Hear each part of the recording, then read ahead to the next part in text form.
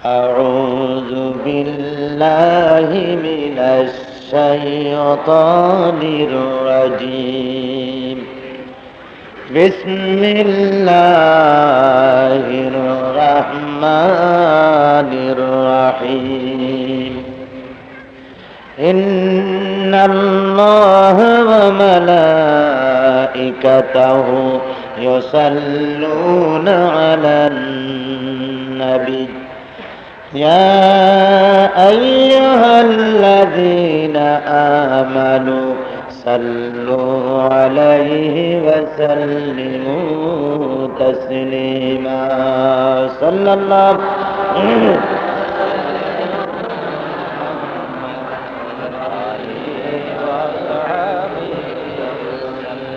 بلغ العلا بكماله كشف الدجى بجماله حسنت جميع خصاله صلوا সবাই পড়েন মহব্বতের সাথে بلغ العلا بكماله كشف الدجى بجماله حسنت جميع خصاله صلوا عليه نسیم جانب بطحا گزر کن زاحوالم محمد را خبر کن بلغ العلا بکماله کشف الدجى بجماله حسنت جميع خصاله صلوا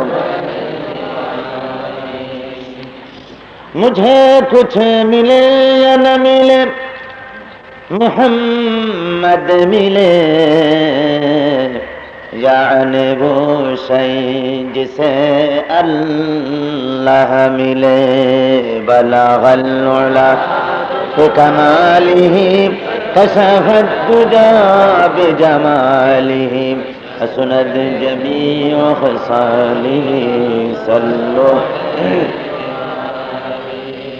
ये तेरी मेराज थी कि तू लोह कलम तक पहुँचा और मेरी मेराज है कि मैं तेरे कदम तक पहुँचा बलगल उला बिकमालिही कशफत दुजा बिजमालिही हसनत जमीउ खसालिही सल्लु अलैहि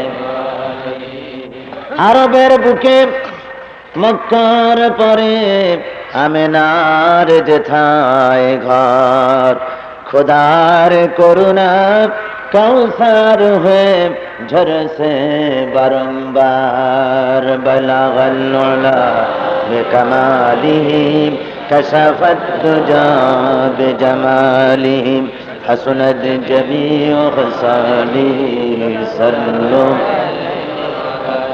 اللهم آمين ربنا ظلمنا أنفسنا وإن لم تغفر لنا وترحمنا لنكونن من الخاسرين رب العالمين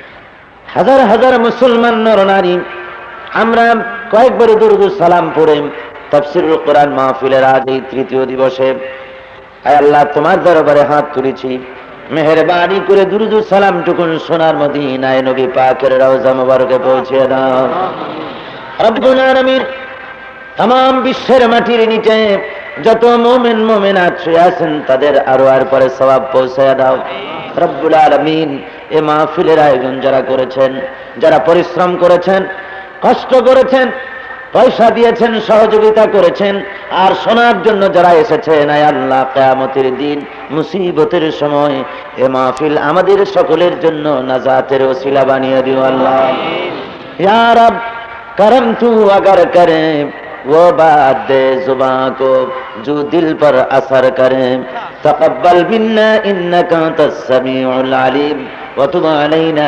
इन्नका तत्तव्वाबुर रहीम सुब्हान रब्बिका रब्बिल इज्जति अम्मा यसिफून व सलामुन अलल मुरसलीन अल्हम्दुलिल्लाहि रब्बिल आलमीन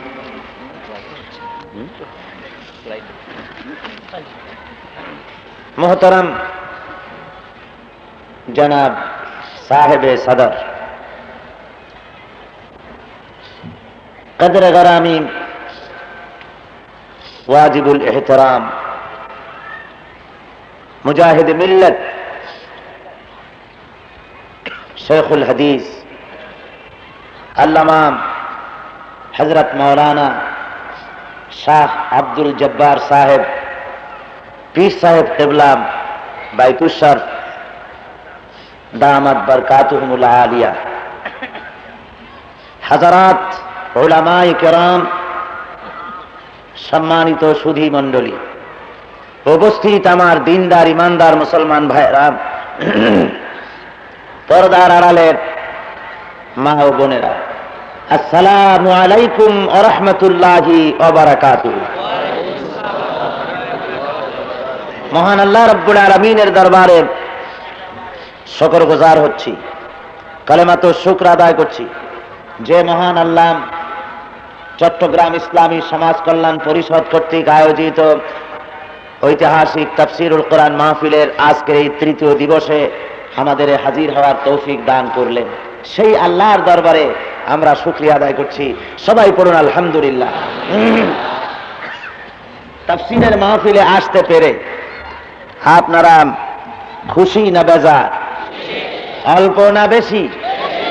মহব্বতের সাথে সেই বেশি খুশির ইজহার স্বরূপ জোরে সোরে সমস্বরে একযোগে সবাই আপনারা শুকরিয়া আদায় করুন। সবাই পড়েন আলহামদুলিল্লাহ।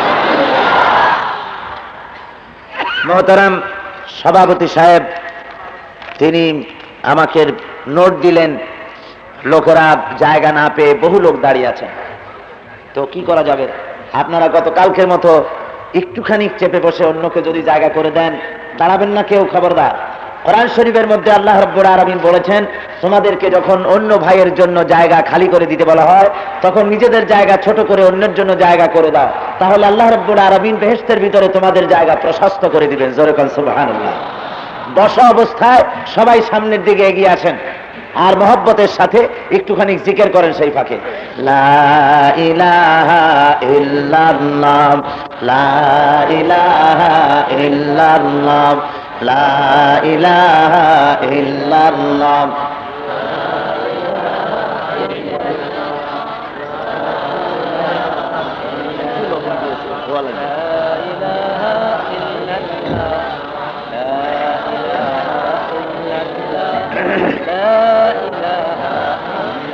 খুব তাড়াতাড়ি করতে হবে, খুব তাড়াতাড়ি করে যার যার জায়গা নেন আর মহব্বতের সাথে জিকির করেন, লা ইলাহা ইল্লাল্লাহ, লা ইলাহা ইল্লাল্লাহ, লা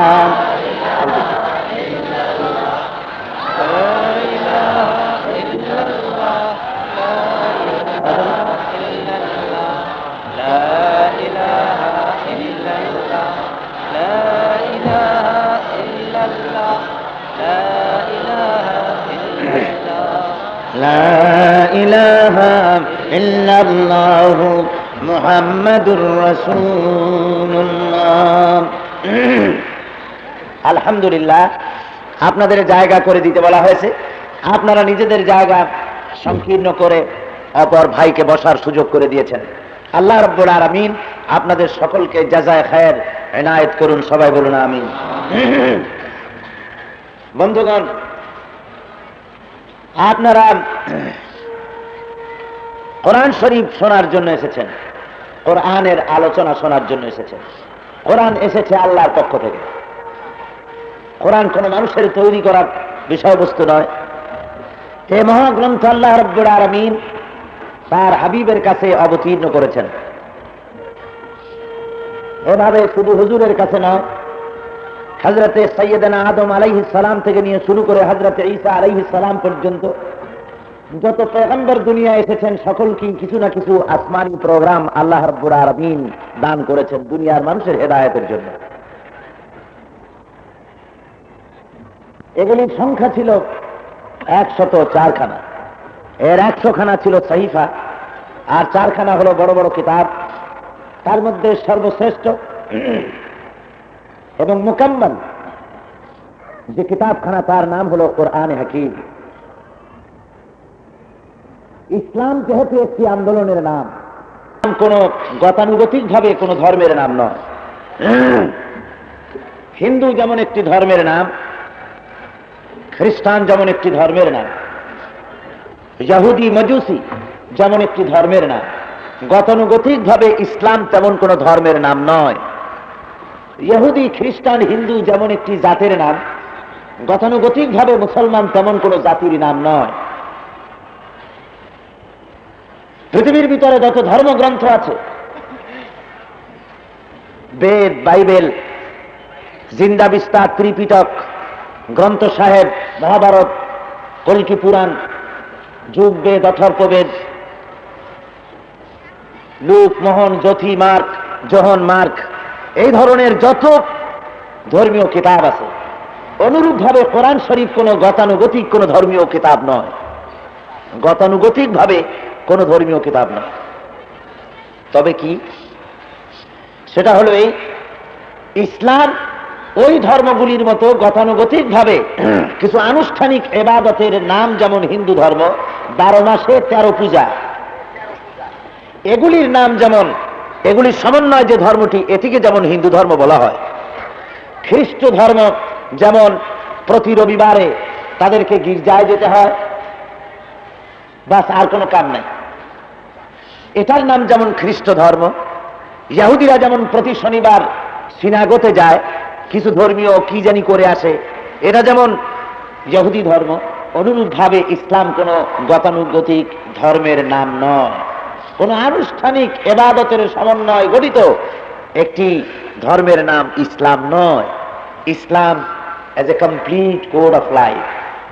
ইসলাম হলো একটি পূর্ণাঙ্গ জীবন ব্যবস্থা। ইসলাম হলো একটি মোকাম্মাল নিজামে হায়াতের নাম। ইসলাম হলো একটি পরিপূর্ণ শরীয়তের নাম। ইসলাম হলো একটি পূর্ণাঙ্গ জীবন ব্যবস্থার নাম। এজন্য ইসলাম হলো একটি আন্দোলনের নাম। ইসলাম কিসের নাম? ইসলাম হলো একটি আন্দোলন, ইসলাম হলো একটি রিভলিউশন, ইসলাম হলো একটি বিপ্লব, একটি ইনকিলাব। প্রতিটি আন্দোলনের জন্য নেতা থাকে, ইসলামী আন্দোলনেরও নেতা আছে। দুনিয়ায় যত আন্দোলন, যত বিপ্লব সৃষ্টি হয়েছে, তার নেতারা আকাশ থেকে ওহী লাভ করেননি, তারা দুনিয়ার মানুষেরা এগুলি পরিচালনা করেছেন। ইসলাম যে আন্দোলন, তার একজন স্রষ্টা আছেন। ইসলামী আন্দোলনের স্রষ্টার নাম আল্লাহ। জোরে বলুন, এই আন্দোলনের স্রষ্টার নাম কি? আরো জোরে বলুন। এই আন্দোলনের নেতা আল্লাহ নিজেই তৈরি করেছেন। ইসলামী আন্দোলনের নেতারা হলেন আম্বিয়া আলাইহিমুস সালাম।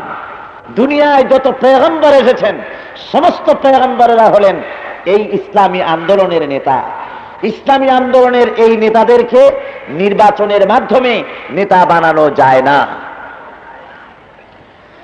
অর্থাৎ ইসলাম যে জীবন ব্যবস্থা, তার জন্য পথ নির্দেশের জন্য আল্লাহ যে নেতা নির্বাচন করেছেন নিজে, তারা হলেন নবী।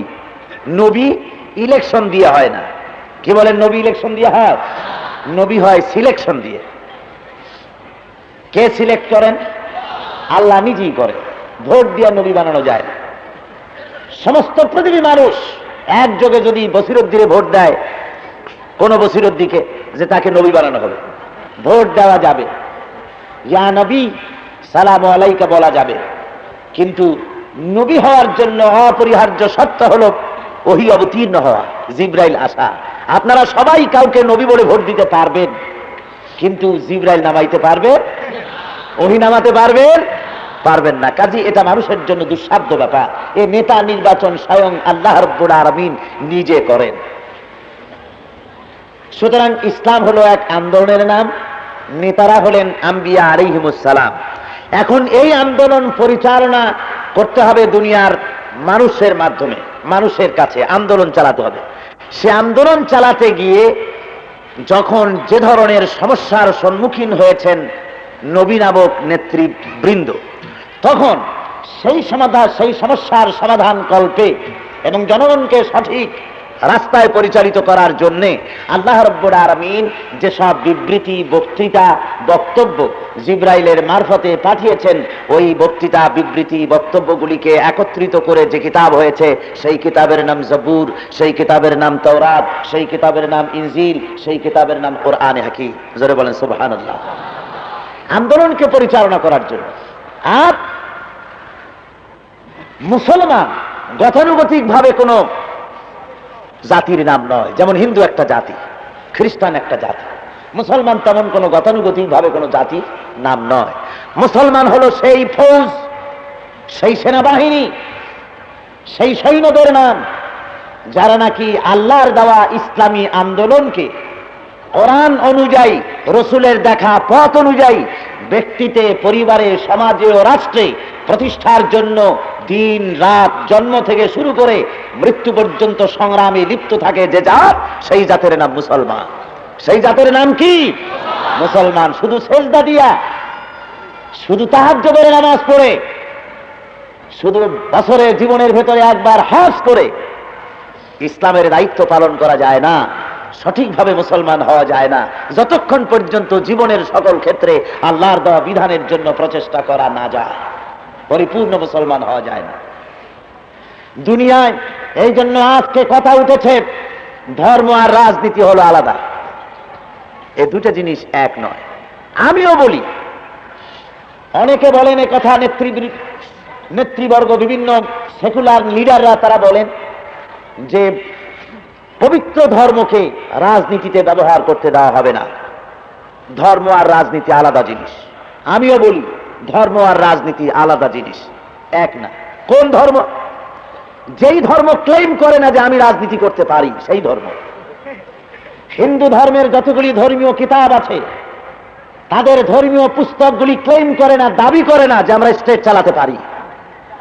কল্কি পুরাণ, মহাভারত, ঋগ্বেদ, সামবেদ, যুগবেদ, অথর্ববেদ, আতা পাতা করে খুলে দেখুন, কোথাও স্বরাষ্ট্রনীতি নাই, পররাষ্ট্রনীতি নাই, যুদ্ধনীতি নাই, বন্ধিনীতির কোনো কথা নাই, শ্রম নীতির ব্যাপারে কোনো আলোচনা নাই, অর্থনীতির উপরে কোনো বক্তব্য নাই। সুতরাং সে পারবে না রাজনীতি করতে, ধর্ম দিয়ে রাজনীতি কন্ট্রোল করতে পারবে না। আমি তাদের সাথে একমত, পারবে না। খ্রিস্টান ধর্ম, তাদের কিতাবেও নাই স্টেট চালাবার জন্য কোনো যোগ্যতা, তাদের কিতাবের মধ্যেও নাই, তাদেরও নাই। ত্রিপিটকও নাই, জেন্ডা বিস্তারও নাই, তাও তো কিংয়ে নাই। সুতরাং এ অর্থে ধর্ম আর রাজনীতি, ধর্ম দিয়ে রাজনীতি কন্ট্রোল, এ ধর্মগুলি করতে পারবে না, যেহেতু ধর্ম বলছে না যে আমি চালাতে পারি। কিন্তু একমাত্র যে কিতাবটি আমার হাতে দেখতে পাচ্ছেন, এই কিতাবের নাম কি? জোরে বলেন, এর নাম কি? এই কোরআন ক্লেম করছে, এই কোরআন দাবি করছে আমি শুধু সমাজ নয়, ব্যক্তি নয়, রাষ্ট্র নয়, গোটা পৃথিবী কিয়ামত পর্যন্ত আমি চালাতে পারি। জোরে বলেন সুবহানাল্লাহ।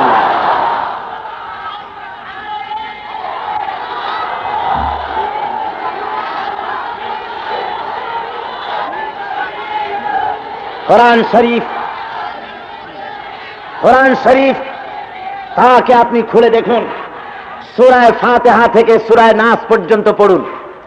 আমার বক্তব্য সঠিক কিনা আপনি প্রমাণ করুন। আপনার নিজের মুখের ভেতরও একটা জিহ্বা আছে, পরের জিহ্বা দিয়ে টেস্ট করে আপনি কিছুই অনুমান করতে পারবেন না। ঝাল লাগলে সে মিঠা বলবে, মিঠা লাগলে সে টক বলবে, টক লাগলে তিতা বলবে। আপনারও তো একটা জিহ্বা আছে, নিজের জিহ্বা দিয়ে টেস্ট করুন।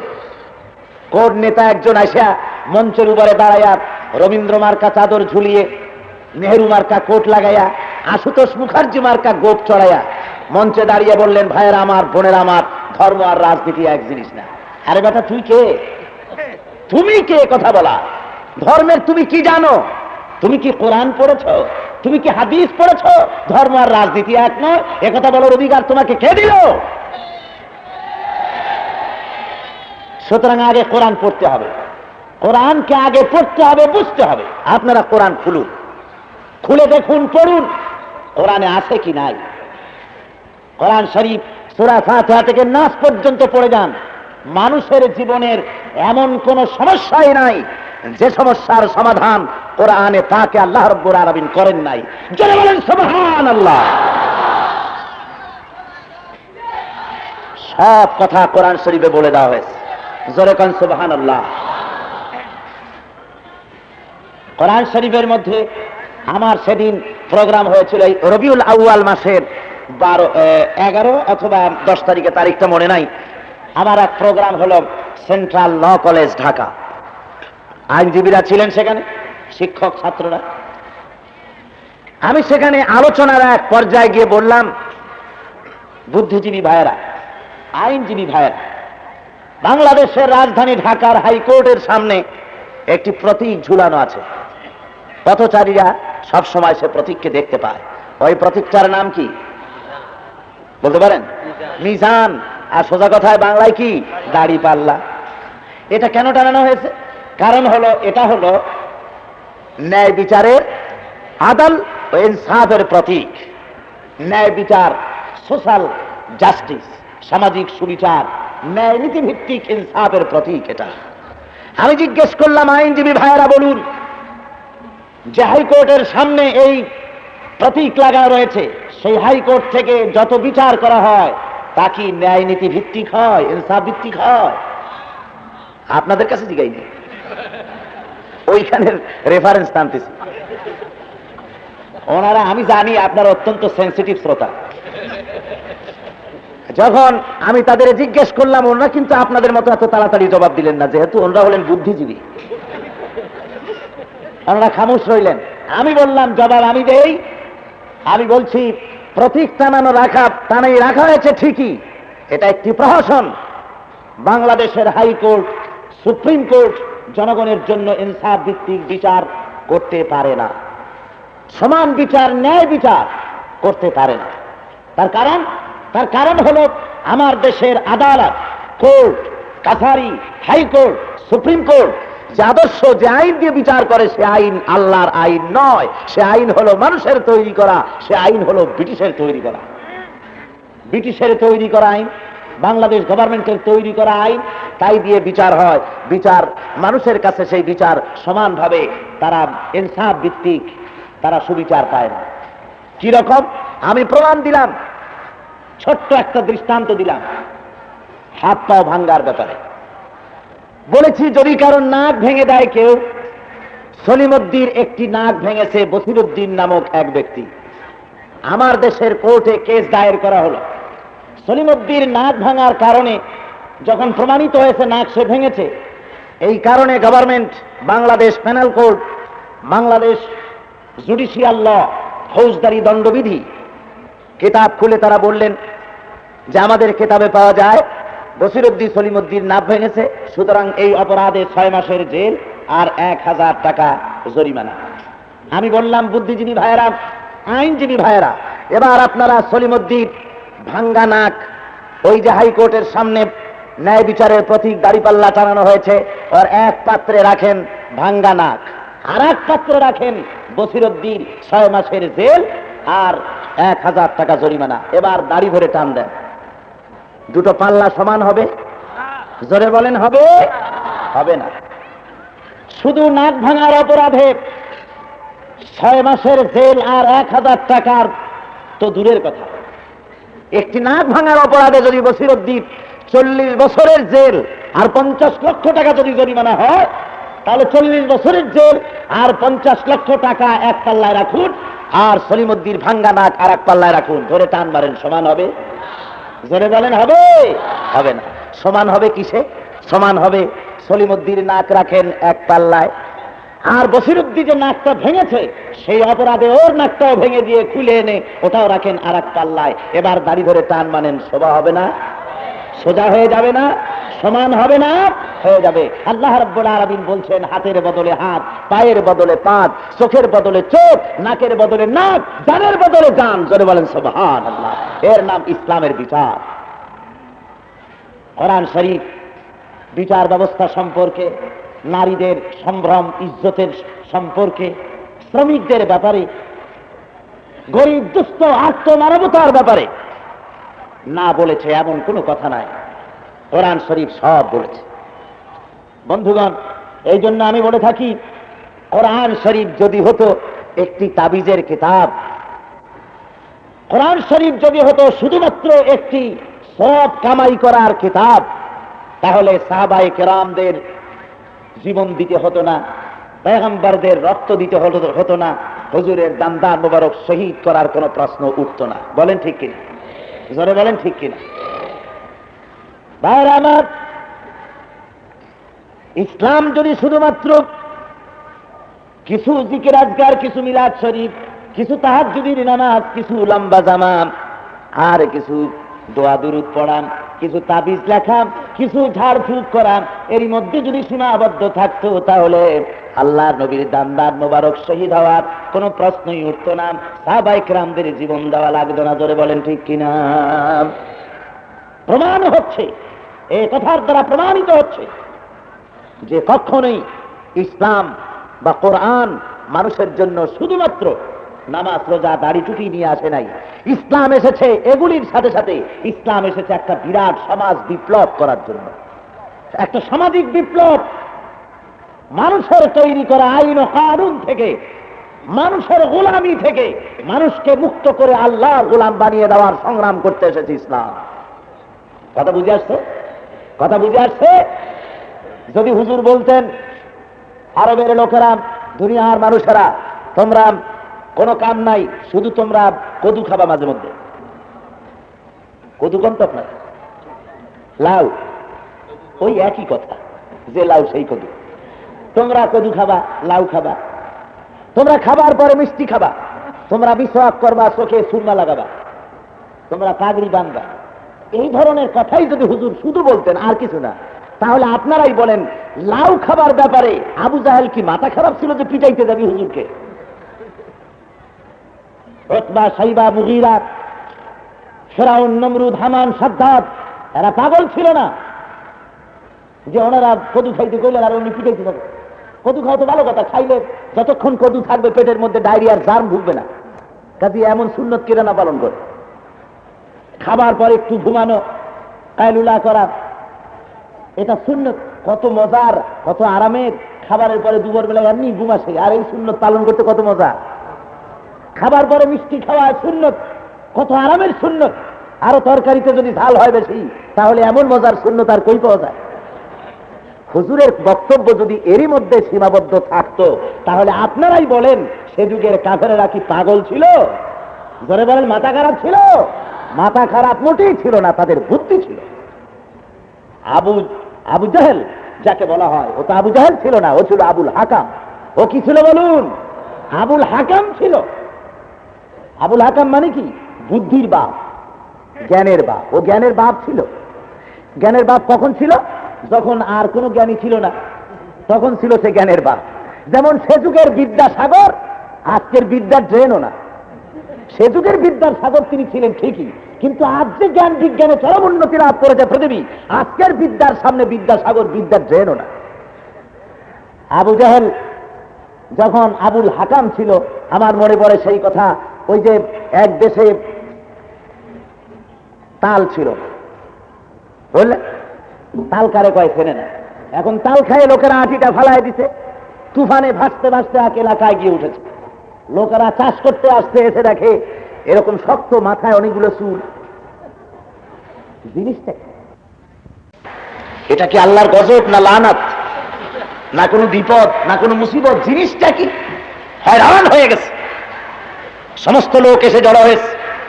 তারা বলল, কোনো উপায় নাই, সবাই কান্দো আল্লাহর কাছে, এই গজব থেকে মাপ চাও। এমন চুলওয়ালা জিনিস তো জীবনে দেখিনি। চুল আছে, আবার একটা সাদা কি জানি বাইর হয়েছে এক পাশ দিয়ে। জিনিসটা কি? বললো যে আমাদের মাতব্বর যে আমাদের সবসময় বিপদে মুসিবতে বুদ্ধি দেয়, তারা ডেকে আনে। তো সবচেয়ে বুদ্ধিমান ব্যক্তি গ্রামের মধ্যে বুড়া হয়ে গেছে, তাকে নিয়ে আসছে। এসে অনেক সময় জিনিসটা দেখলো, দেখে প্রথমে কানলো, তারপরে হাসলো। লোকেরা কয় যে হুজুর একাই হাসলেন, একাই কানলেন, আমরা তো কিছু বুঝলামই না কপালের সাথে। কয় যে দেখো, হাসলাম এই জন্য যে এই সামান্য জিনিস, তাই তোমরা বুঝলা না আমি মরে গেলে তোমাদের দশাটা কি হবে। আর কান্তিছি এই লজ্জায় যে আমিও চিনি না এই জিনিসটা কি। বন্ধুগণ, ওই যুগে আবু জাহেল ছিল এইরকম বুদ্ধিমান, বুদ্ধির বাপ। কিন্তু ওহির জ্ঞান যখন এলো, আল্লাহর নবীর উপরে যখন আসল জ্ঞান এলো, আসল জ্ঞানের উৎস হলেন আল্লাহ রাব্বুল আলামিন। আসল জ্ঞানের উৎস, ওখান থেকে জ্ঞান চলে এলো জিবরাইলের মারফতে। আল্লাহ রাব্বুল আলামিন বলছেন, ওয়ামা ইয়ানতিকু আনিল হাওয়া ইন হুয়া ইল্লা ওয়াহয়ুন ইউহা। আমার নবী নফসকে অনুসরণ করে, নফসকে অনুবর্তন করে তিনি কোনো কথা বলেন না। তিনি যা বলেন সবগুলি ওহী, আমি যা বলতে বলি তাই তিনি বলেন। তিনি আন্দাজে মনকে অনুসরণ করে, প্রবৃত্তিকে, নফসকে অনুসরণ করে কথা বলে না। জোরে বলেন সুবহানাল্লাহ। ওই জ্ঞান আল্লাহ রাব্বুল আলামিন তাকে দিলেন। সেই জ্ঞানের সমষ্টি হলো কোরআন। কোরআন তাবিজের জন্য আসে নাই, তদবীরের জন্য আসে নাই। কোরআন এসেছে সমাজ বিপ্লব করার জন্য, মানুষকে, মানুষের তৈরি করা অর্থনৈতিক গোলামি, রাজনৈতিক গোলামি থেকে মুক্ত করে মানুষকে আল্লাহর গোলাম বানাবার জন্য। আর কোন উদ্দেশ্য না। মানুষ সৃষ্টি করেছেন কে? জোরে বলেন কে? সুতরাং গোলাম হবে একমাত্র সে মানুষ আল্লাহ। আমি বলে থাকি বন্ধুগণ, এই পৃথিবীর মধ্যে যত ইতর প্রাণী আছে, আমরা দেখি একটা ইতর প্রাণী আর একটা ইতর প্রাণীর আইন মানে না। জোরে বলেন মানে? এ দুনিয়া একটা গাধা আর একটা গাধার আইন মানে? কোনদিন দেখছেন? এই পৃথিবীর বুকে কোন একটা গরু আর একটা গরুর আইন মানে? ভাদ্র আশ্বিন মাসে বা আষাঢ় শ্রাবণ মাসের নতুন পানি পেয়ে ড্রেনের মধ্যে ব্যাঙেরা গ্যাঙর গ্যাং করে ডাকতে থাকে। বড় একটি ব্যাঙ সে দাঁড়িয়ে বলল, ভাইয়ের আমার, বোনের আমার, আমার যত ব্যাঙের গোষ্ঠী আছে, খবরদার, আমি একাই আমার গলার আওয়াজকে সপ্তমে তুলে আমি একাই চিৎকার মারব, তোমরা কেউ ডাকাডাকি করতে পারবে না। এই ভয়তে, নেতার ভয়তে সব ব্যাঙগুলি চুপসে গেল, আর কেউ ডাকাডাকি করে নেই। এমনটি হয়েছে কখনো? হয়েছে কখনো? তাহলে কি বুঝলাম? বুঝলাম এই যে সাধারণ ছোট্ট একটি ইতর প্রাণী ব্যাঙও আর একটা ব্যাঙের আইন মানে না, একটা পশু আর একটা পশুর আইন মানে না। ও মুসলমান, তোমাদের হলো কি? ইতর প্রাণীর যে কমন সেন্স আছে, সেই কমন সেন্স আজকের যুগের মুসলমানরা কি হারাতে বসেছে? তোমরা কি করে দুনিয়ার বুকে পশু পশুর আইন মানে না, মানুষ কেন আর একটা মানুষের আইন মানতে যাবে? মানুষ এক সম্মানিত সৃষ্টি, আল্লাহর জমিনে সর্বশ্রেষ্ঠ সৃষ্টি। তুমি মানুষ হয়ে আর একটা মানুষের কথার তলে, আর একটা মানুষের দফা, 14 দফা, 40 দফা, 2000 দফা, কতগুলা দফা বানায় নিয়ে আসলো। বলল বন্ধুগণ, বিদেশি না, দেশীয় আমলকি, হরিতকি, বহেরা, গাছগাছরা দিয়া, শিকড় ফলমূল দিয়া, দেশীয় গাছগাছরা দিয়া আমি বৈজ্ঞানিক কায়দায় 6 মাস তন্ত্রের গুলি বানাই আনছি। স্বর্ণগঠিত মকরধ্বজ, একবার খাইলি শ্রমিকরা স্বর্গে বাস করবে, আর জনগণ তো না খাইয়ে মরবেই না। বিরাট বিরাট রেলগাড়ির চাকার মতো করে জিলাপি বানায় দেবো, বড় বড় বটকির মতো রসগোল্লা বানায় দেবো, খাইতে গিয়ে সিটুই হা করে থাকবে। বললেন, আর বলে কি, এবার যদি ক্ষমতায় যেতে পারি, না খাইয়া কেউ মরবে না। কি যে খাইয়া মরবে তাও কয় না। পোলাও খাইয়া মরবে না বিরিয়ানি খেয়ে মরবে, কি খেয়ে মরবে?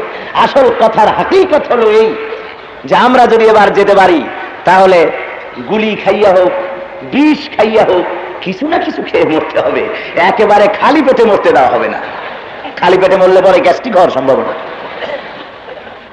মুসলমান, এই ফাঁকি দিচ্ছে আজকের দুনিয়ার সেকুলার নেতৃবৃন্দ, আজকের দুনিয়ার সোশ্যালিস্ট নেতৃবৃন্দ, গোটা দুনিয়াকে ফাঁকি দিচ্ছে। পুঁজিবাদ আর সমাজবাদ দুই প্রান্তিকে দাঁড়িয়ে আছে, তারা দুই চরম প্রান্তে দাঁড়ানো। পুঁজিবাদী শোষণ গোটা পৃথিবীর জন্য জঘন্যতম শোষণ, দুনিয়ার মানুষকে শোষণ করে শেষ করে দিয়েছে পুঁজিবাদ। আর সমাজবাদও দুনিয়ার মানুষকে, শ্রমিকদেরকে স্বর্গে বাস করাবে বলে এই কথা, এই মিষ্টি বুলি দিয়ে জনগণের যথা সর্বস্ব লুণ্ঠন করে তারা নিজেরা কতকজনে ভোগ করে, আর গোটা সমাজের মানুষকে জেলের কয়েদি বানায় দেয়, একখানা রুটির জন্য কুকুরে পরিণত করে দেয়। মানুষ শুধু রুটি খাওয়ার জন্য দুনিয়া আসে নাই, তাই এরা আত্মার খোঁজ রাখে না। এরা তো শুধু চাঁদকে দেখে একখানা ঝলসানো রুটির মতো। এদের কাছ থেকে আত্মা বিবর্জিত। মানুষ কোন পশু নয়, মানুষ হলো সম্মানিত জীব, আত্মার সমন্বয় সম্মানিত জীব। পেটও আছে, আত্মাও আছে। সুতরাং দুই প্রান্তে দুটি দাঁড়ানো, ওদিকে সমাজবাদ, এদিকে পুঁজিবাদ।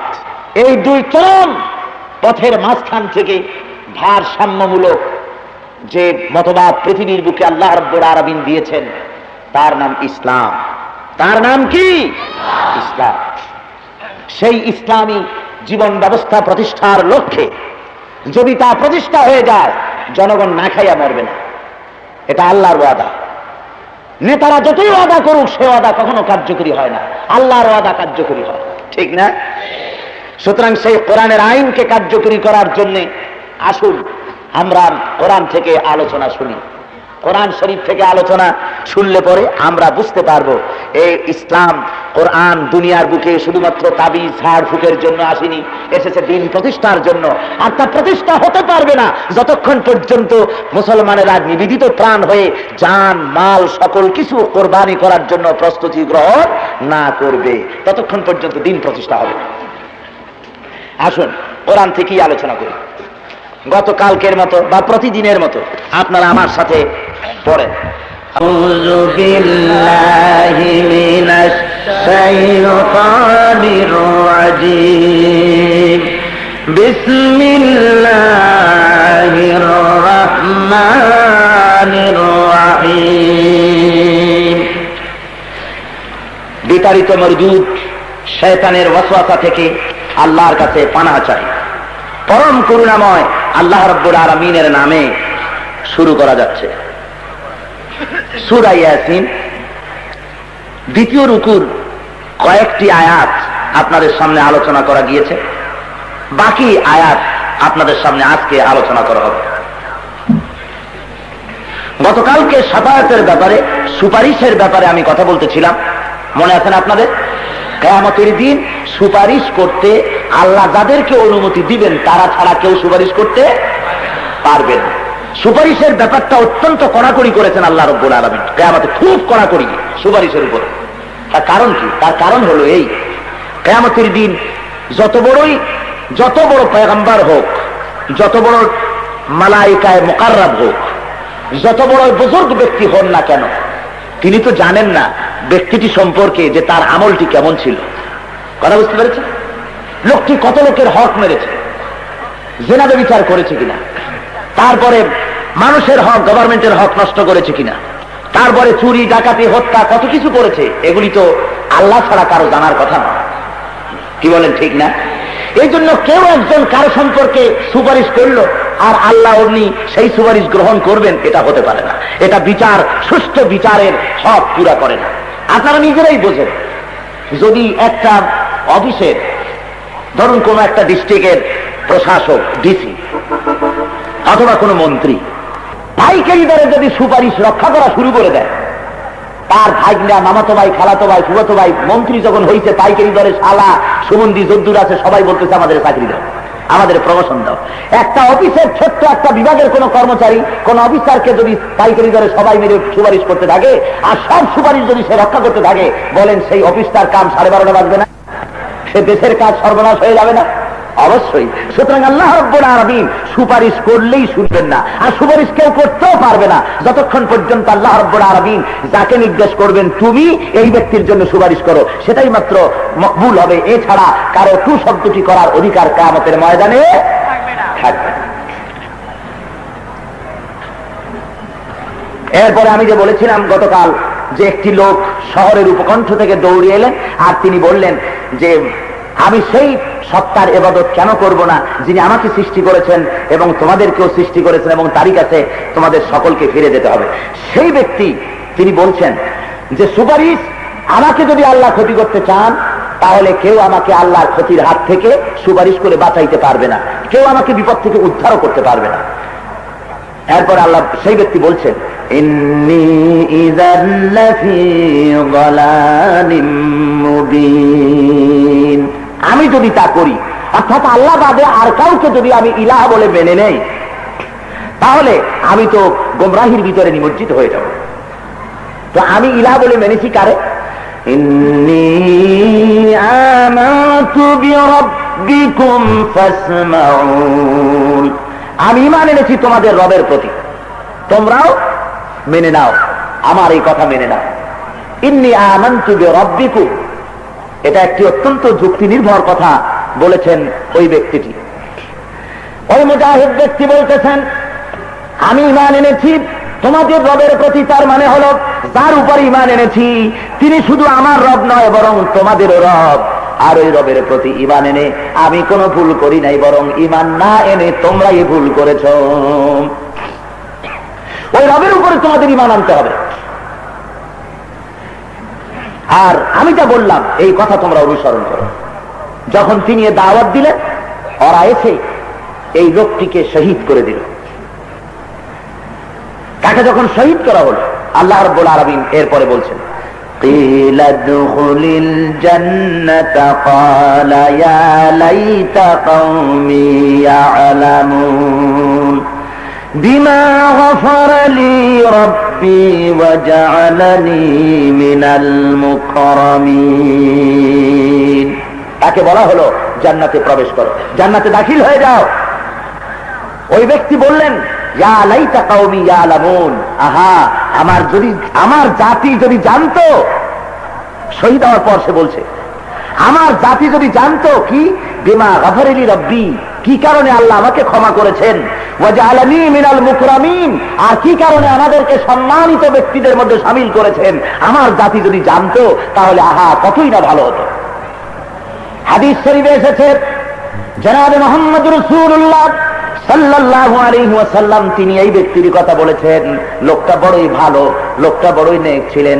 তিনি বেঁচে থেকেও জাতির কল্যাণ কামনা করেছেন, আর শহীদ হয়ে যাওয়ার পরেও জাতির কল্যাণ কামনা করেছেন। জোরে বলেন সুবহানাল্লাহ। বদদোয়া করেন, জাতির জন্য দোয়া করেছে। মরে যাওয়ার পরেও, শহীদ হয়ে যাওয়ার পরেও বলছে, আল্লাহ আমার কওম যদি জানতে পারতো যে কি কারণে আল্লাহ আমাকে মাফ করেছেন, আমাকে মাফ করার একমাত্র কারণ আমি ঈমান এনেছি আমার রবের প্রতি। আর এই রবের প্রতি ঈমান আনলে পরে তাকে শহীদ হওয়ার সাথে সাথে, হাদিস শরীফে এসেছে, লোকটি যখনই শহীদ হয়ে গেল, আল্লাহ রহমতের ফেরেশতা তাকে ইস্তেকবাল করার জন্য সেখানে উপস্থিত ছিলেন। জোরে বলেন সুবহানাল্লাহ। ফেরেশতারা তাকে ইস্তেকবাল করেছে, গরমজোশী ইস্তেকবাল দিয়ে তাকে জান্নাতে পৌঁছিয়েছেন। বলা হয়েছে, কিলা দুখুলিল জান্নাহ, জান্নাতের ভিতরে দাখিল হয়ে যাও, আল্লাহর জান্নাতে প্রবেশ করো। এ কথা প্রমাণ করছে এটাই যে দিনের দাওয়াত দিতে গেলে বাধা বিপত্তি আসবেই। দিনের দাওয়াত যদি হক হয় বাধা বিপত্তি আসবেই, যার জন্য এভাবে রক্ত দিতে প্রস্তুতি নিতে হবে, প্রস্তুত থাকতে হবে। আর শহীদের মর্যাদা, সুবহানাল্লাহ বিহামদিহি, শহীদের মর্যাদা, শহীদি মওত, এ মওত আল্লাহর জান্নাতের জন্য, এ মওতটা হলো একটা রয়্যাল রোড, এটি হলো একটি রাজপথ বেহেশতে যাওয়া। শহীদি মওত কোন যন্ত্রণাদায়ক মওত নয়। শহীদি মওত পিঁপড়ায় কামড়ানো যন্ত্রণার চাইতে বেশি কিছু নয়। শহীদি মওত হলো এই, শহীদি মওত যখনই হবে কারো নসিব হয়ে যাবে, তার তো মৃত্যু হলো না, বরং এই মওতের সঙ্গে সঙ্গে নতুন এক জীবন লাভ করলো। আর মৃত্যুর সঙ্গে সঙ্গে দিদারে ইলাহি নসিব হয়ে যায়। আল্লাহ রাব্বুল আলামিন খুশি হয়ে যান মুমিন বান্দাদের জন্য যারা শহীদি মওত যাদের হয়। এক হাদিসের ভিতরে এসেছে, শহীদি মওতের তামান্না যার নাই, জিহাদের তামান্না যার নাই, তার মওত হবে মুনাফিকের মওত। জিহাদের তামান্না থাকতে হবে, শহীদের তামান্না থাকতে হবে। ভাইরা আমার, শহীদদের উপরে আল্লাহ এত খুশি, শহীদদের এত মর্যাদা রব্বুল আলামিন দান করেন। মানুষ যখন শাহাদাত বরণ করে আল্লাহ রাব্বুল আলামিন তার উপরে এত খুশি হন। হযরতে হানজালার ঘটনা আপনারা জানেন। শাহাদাত বরণ করার পরে হানজালার স্ত্রী এসে বলেন, ইয়া রাসূলুল্লাহ, হানজালা আমার কাছে ছিল, তার উপরে গোসল ফরজ ছিল, তার তা মনে নাই। জিহাদের কথা শুনে উহুদের ময়দানে এসে শাহাদাত বরণ করেছে, তাকে গোসল দিয়ে যেন দাফন করানো হয়। ফেরেশতা এসে বলেন, ইয়া রাসূলুল্লাহ, ইয়া হাবিবাল্লাহ, হানজালার গোসলের ব্যবস্থা দুনিয়ার কোন সাধারণ পানি দিয়ে করার দরকার নাই। হানজালার শাহাদাতে আল্লাহ রাব্বুল আলামিন এত খুশি হয়েছেন, যার জন্য কাউসারের পানি দিয়া, রহমতের তৈরি ফেরেশতা দিয়া রাব্বুল আলামিন হানজালার গোসলের বন্দোবস্ত করে দিয়েছেন। এই জন্য হযরত হানজালা কর্তৃক যত হাদিস রওয়ায়াত করা হয়েছে, বর্ণনা করা হয়েছে, তাতে বলা হয়েছে ওয়ান হানজালা রাদিয়াল্লাহু তাআলা আনহু গাসিলুল মালাইকা, যাকে ফেরেশতারা গোসল দিয়েছে। যেরকম সুবহানাল্লাহ। শহীদ হওয়া খুব সাধারণ ব্যাপার নয়। আমাদের দেশে তো শহীদ যার মনে লয় সেই শহীদ। এইটা দেখা দেখি এখন ইন্ডিয়া, ভারত, ওরাও এখন শহীদ বলে আরম্ভ করছে। দিলীপ কুমার শহীদ, তারপরে যতীন্দ্রনাথ শহীদ। খুলনায় একটা সড়ক হয়েছে, সে সড়কের নাম শহীদ স্বপন কুমার সড়ক। যা মনে লয় তাই করতেছে। যেরকম নউজুবিল্লাহ। শহীদ একটি আরবি শব্দ, মর্যাদা সম্পন্ন শব্দ। যে সে শহীদ হতে পারে না। শহীদ হয় তারা যারা নাকি দ্বীনের কারণে, যে দেশে সংখ্যাগরিষ্ঠ মুসলিম জনসাধারণকে তাদের মান ইজ্জত অধিকার আদায়ের জন্য যারা সংগ্রাম করে, দ্বীন প্রতিষ্ঠার জন্য যারা সংগ্রাম করে, এই সংগ্রামে যারা জীবন দেয় তারাই তো শহীদ। আর কোনো কিছু হলো না, দেশে কারফিউ জারি হয়েছে, কুত্তা একটা গুলি খেয়ে বললো, এটাও শহীদ। নাউজুবিল্লাহ মিন যালিক। যেখানে সেখানে এই পবিত্র শব্দ ব্যবহার করা যায় না, এই মর্যাদা সম্পন্ন শব্দ ব্যবহার করা যায় না। আল্লাহর জন্য যারা জীবন দেয় তাদের উপরে আল্লাহ এত খুশি। ফিরআউনের স্ত্রী আসিয়া যখন হযরত মূসা আলাইহিস সালামের প্রতি ঈমান এনেছিলেন, তিনি যখন পড়ে ফেললেন লা ইলাহা ইল্লাল্লাহু মূসা কালিমুল্লাহ, তিনি যখন এটা পড়েছেন, ফিরআউন তার উপর অত্যাচার শুরু করেছিল। ফিরআউন বলল তার সভাসদকে যে এই আসিয়াকে শাস্তি দাও। সে কেন মূসার উপরে ঈমান আনলো? তক্তার উপরে পেরেক মারতে থাকো, শত শত পেরেক মেরে তারপরে তক্তাটা চিৎ করে দাও। পেরেক গুলো খারাপ হয়ে গেল, লোহাগুলি খারাপ হয়ে গেল।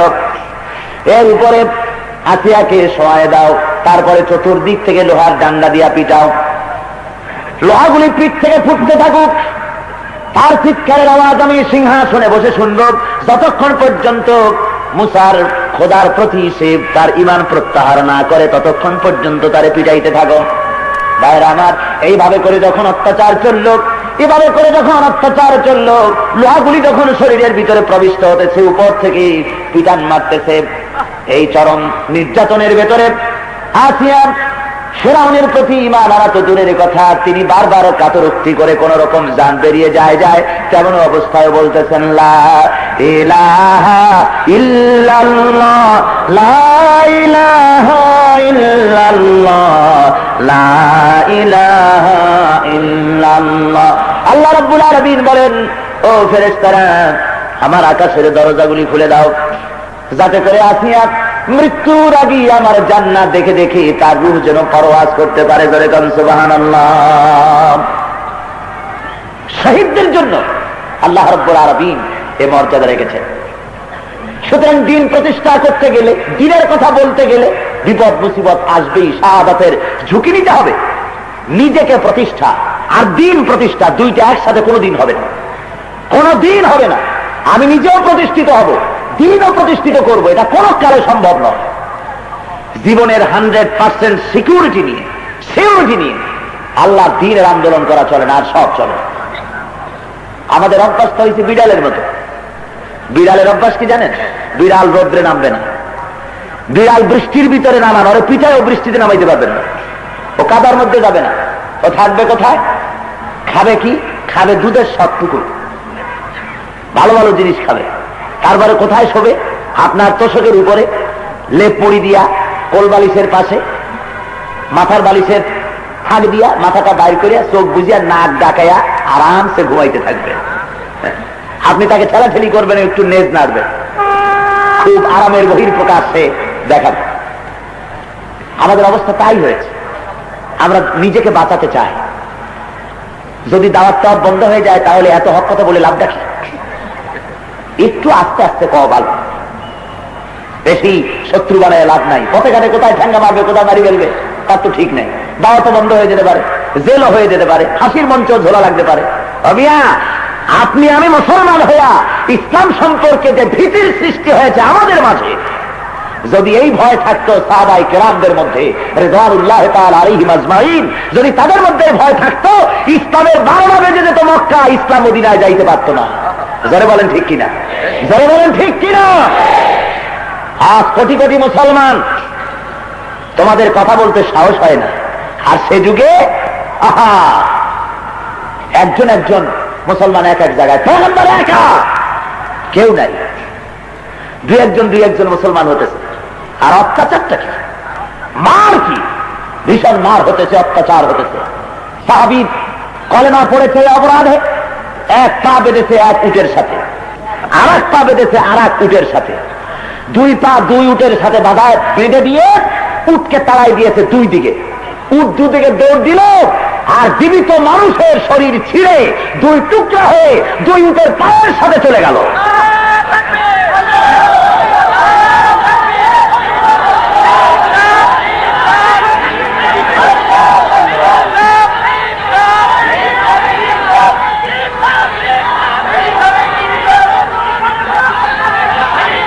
সুতরাং মুসলমান ভাইরা,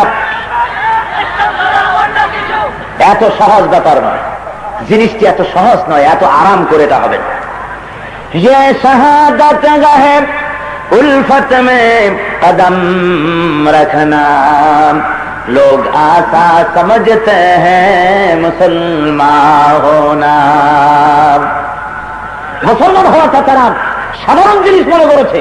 আসলে ইসলাম, মুসলমান হওয়া, ইসলাম গ্রহণ করা কোনো সাধারণ ব্যাপার নয়, কোনো স্বাভাবিক ব্যাপার নয়। শহীদি ঈদগাহে উত্তপ্ত ময়দানে দাঁড়াবার নাম ইসলাম। সুতরাং এই ঘটনার উল্লেখ করে আল্লাহ রাব্বুল আলামিন প্রকারান্তরে মক্কার কাফেরদেরকে সম্বোধন করে আল্লাহ হুঁশিয়ার করে দিচ্ছেন, শোনো, মুহাম্মদ সাল্লাল্লাহু আলাইহি ওয়াসাল্লাম তিনিও তোমাদের সামনে যে কথাগুলি বলতেছেন, তোমাদের বদদোয়া করতেছেন না। ওই লোকটি যেমন শহীদ হয়ে যাওয়ার পরে তোমাদের জন্য দোয়া করেছেন, আর বেঁচে থাকতেও দোয়া করেছেন, অনুরূপ ভাবে মুহাম্মদ সাল্লাল্লাহু আলাইহি ওয়াসাল্লাম এবং তার সাথী সঙ্গীরা তারা তোমাদের জন্য দোয়া করতেছেন, তোমাদের জন্য বদদোয়া করতেছেন না, তোমাদের কল্যাণ কামনা করেন তারা। কি বলেন, আল্লাহর নবী কি বদদোয়া করেছেন কখনো? জোরে বলেন, করেছেন।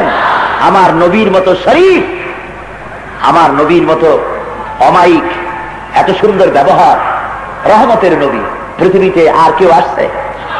ভাইরা আমার, আল্লাহ রাব্বুল আলামিন বলেন, ওয়ামা আরসালনাকা ইল্লা রাহমাতাল লিল আলামিন। সবাই পড়েন, ওয়ামা আরসালনাকা ইল্লা রাহমাতাল লিল আলামিন। করুণার উচ্চ প্রতীক হয়ে এসেছেন আল্লাহর নবী জনাবে মুহাম্মদ রাসূলুল্লাহ সাল্লাল্লাহু আলাইহি ওয়াসাল্লাম।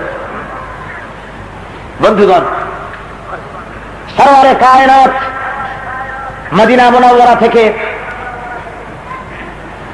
একবার তিনি উমরা করার জন্য এসেছিলেন। কাবা শরীফের চাবি চেয়েছিলেন।